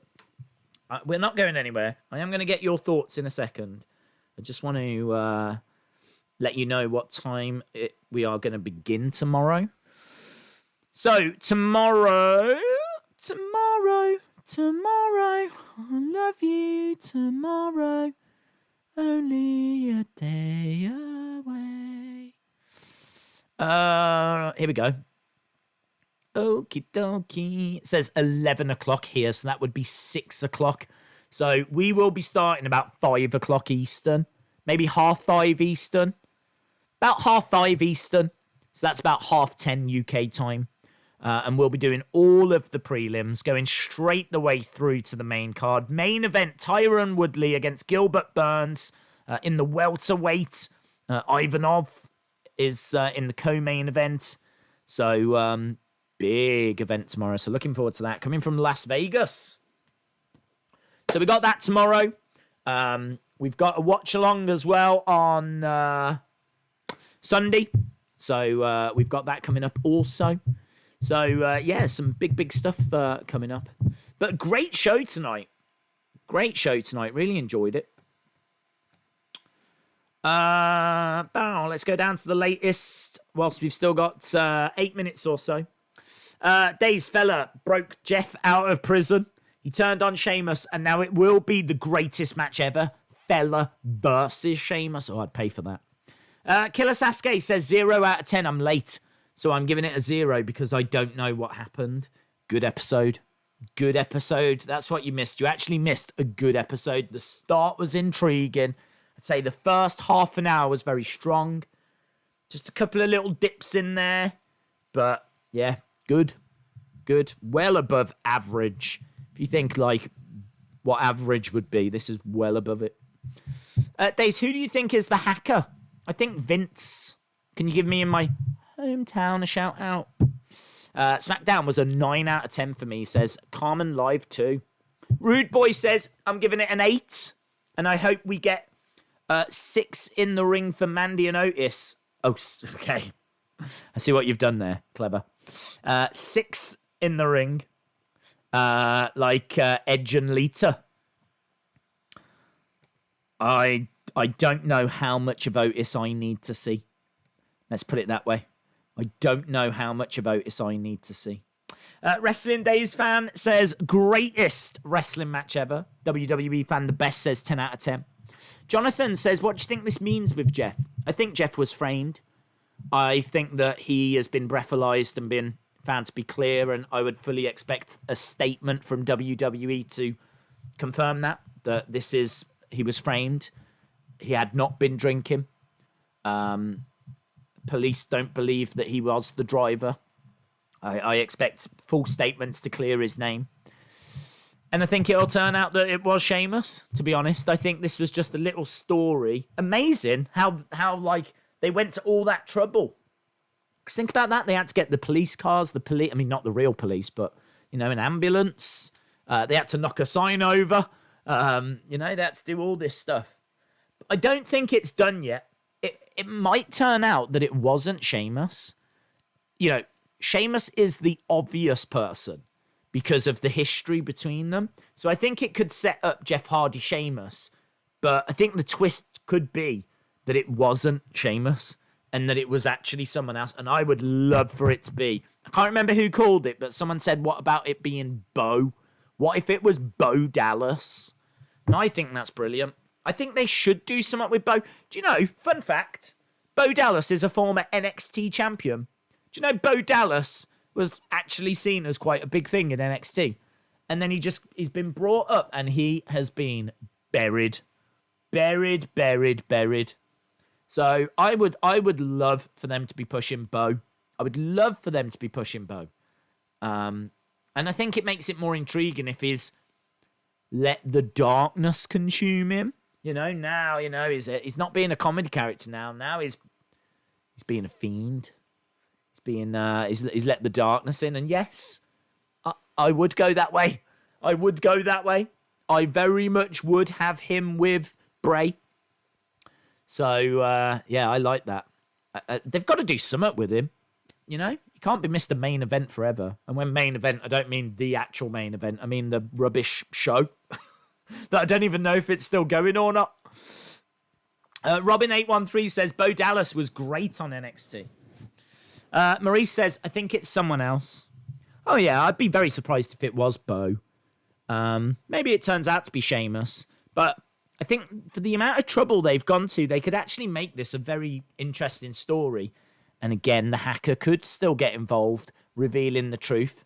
Sheamus can say to Jeff, it wasn't me. And then Jeff could try and figure out who it was. It's going to set up the next feud for Jeff. It'll give the hacker something to do. I'm on board, man. It's good stuff. Days, did you see what the hacker posted? And if yes, what did you think about him targeting Raw superstars? Well, I can't say that he is targeting Raw superstars. I think he's keeping an eye on Raw superstars. You know, he just showed a few in the video. So, I don't know. It's just, I'm getting bored. It's the truth. There's not really much to get excited about. The coordinates take you to a place that says, I'm alone.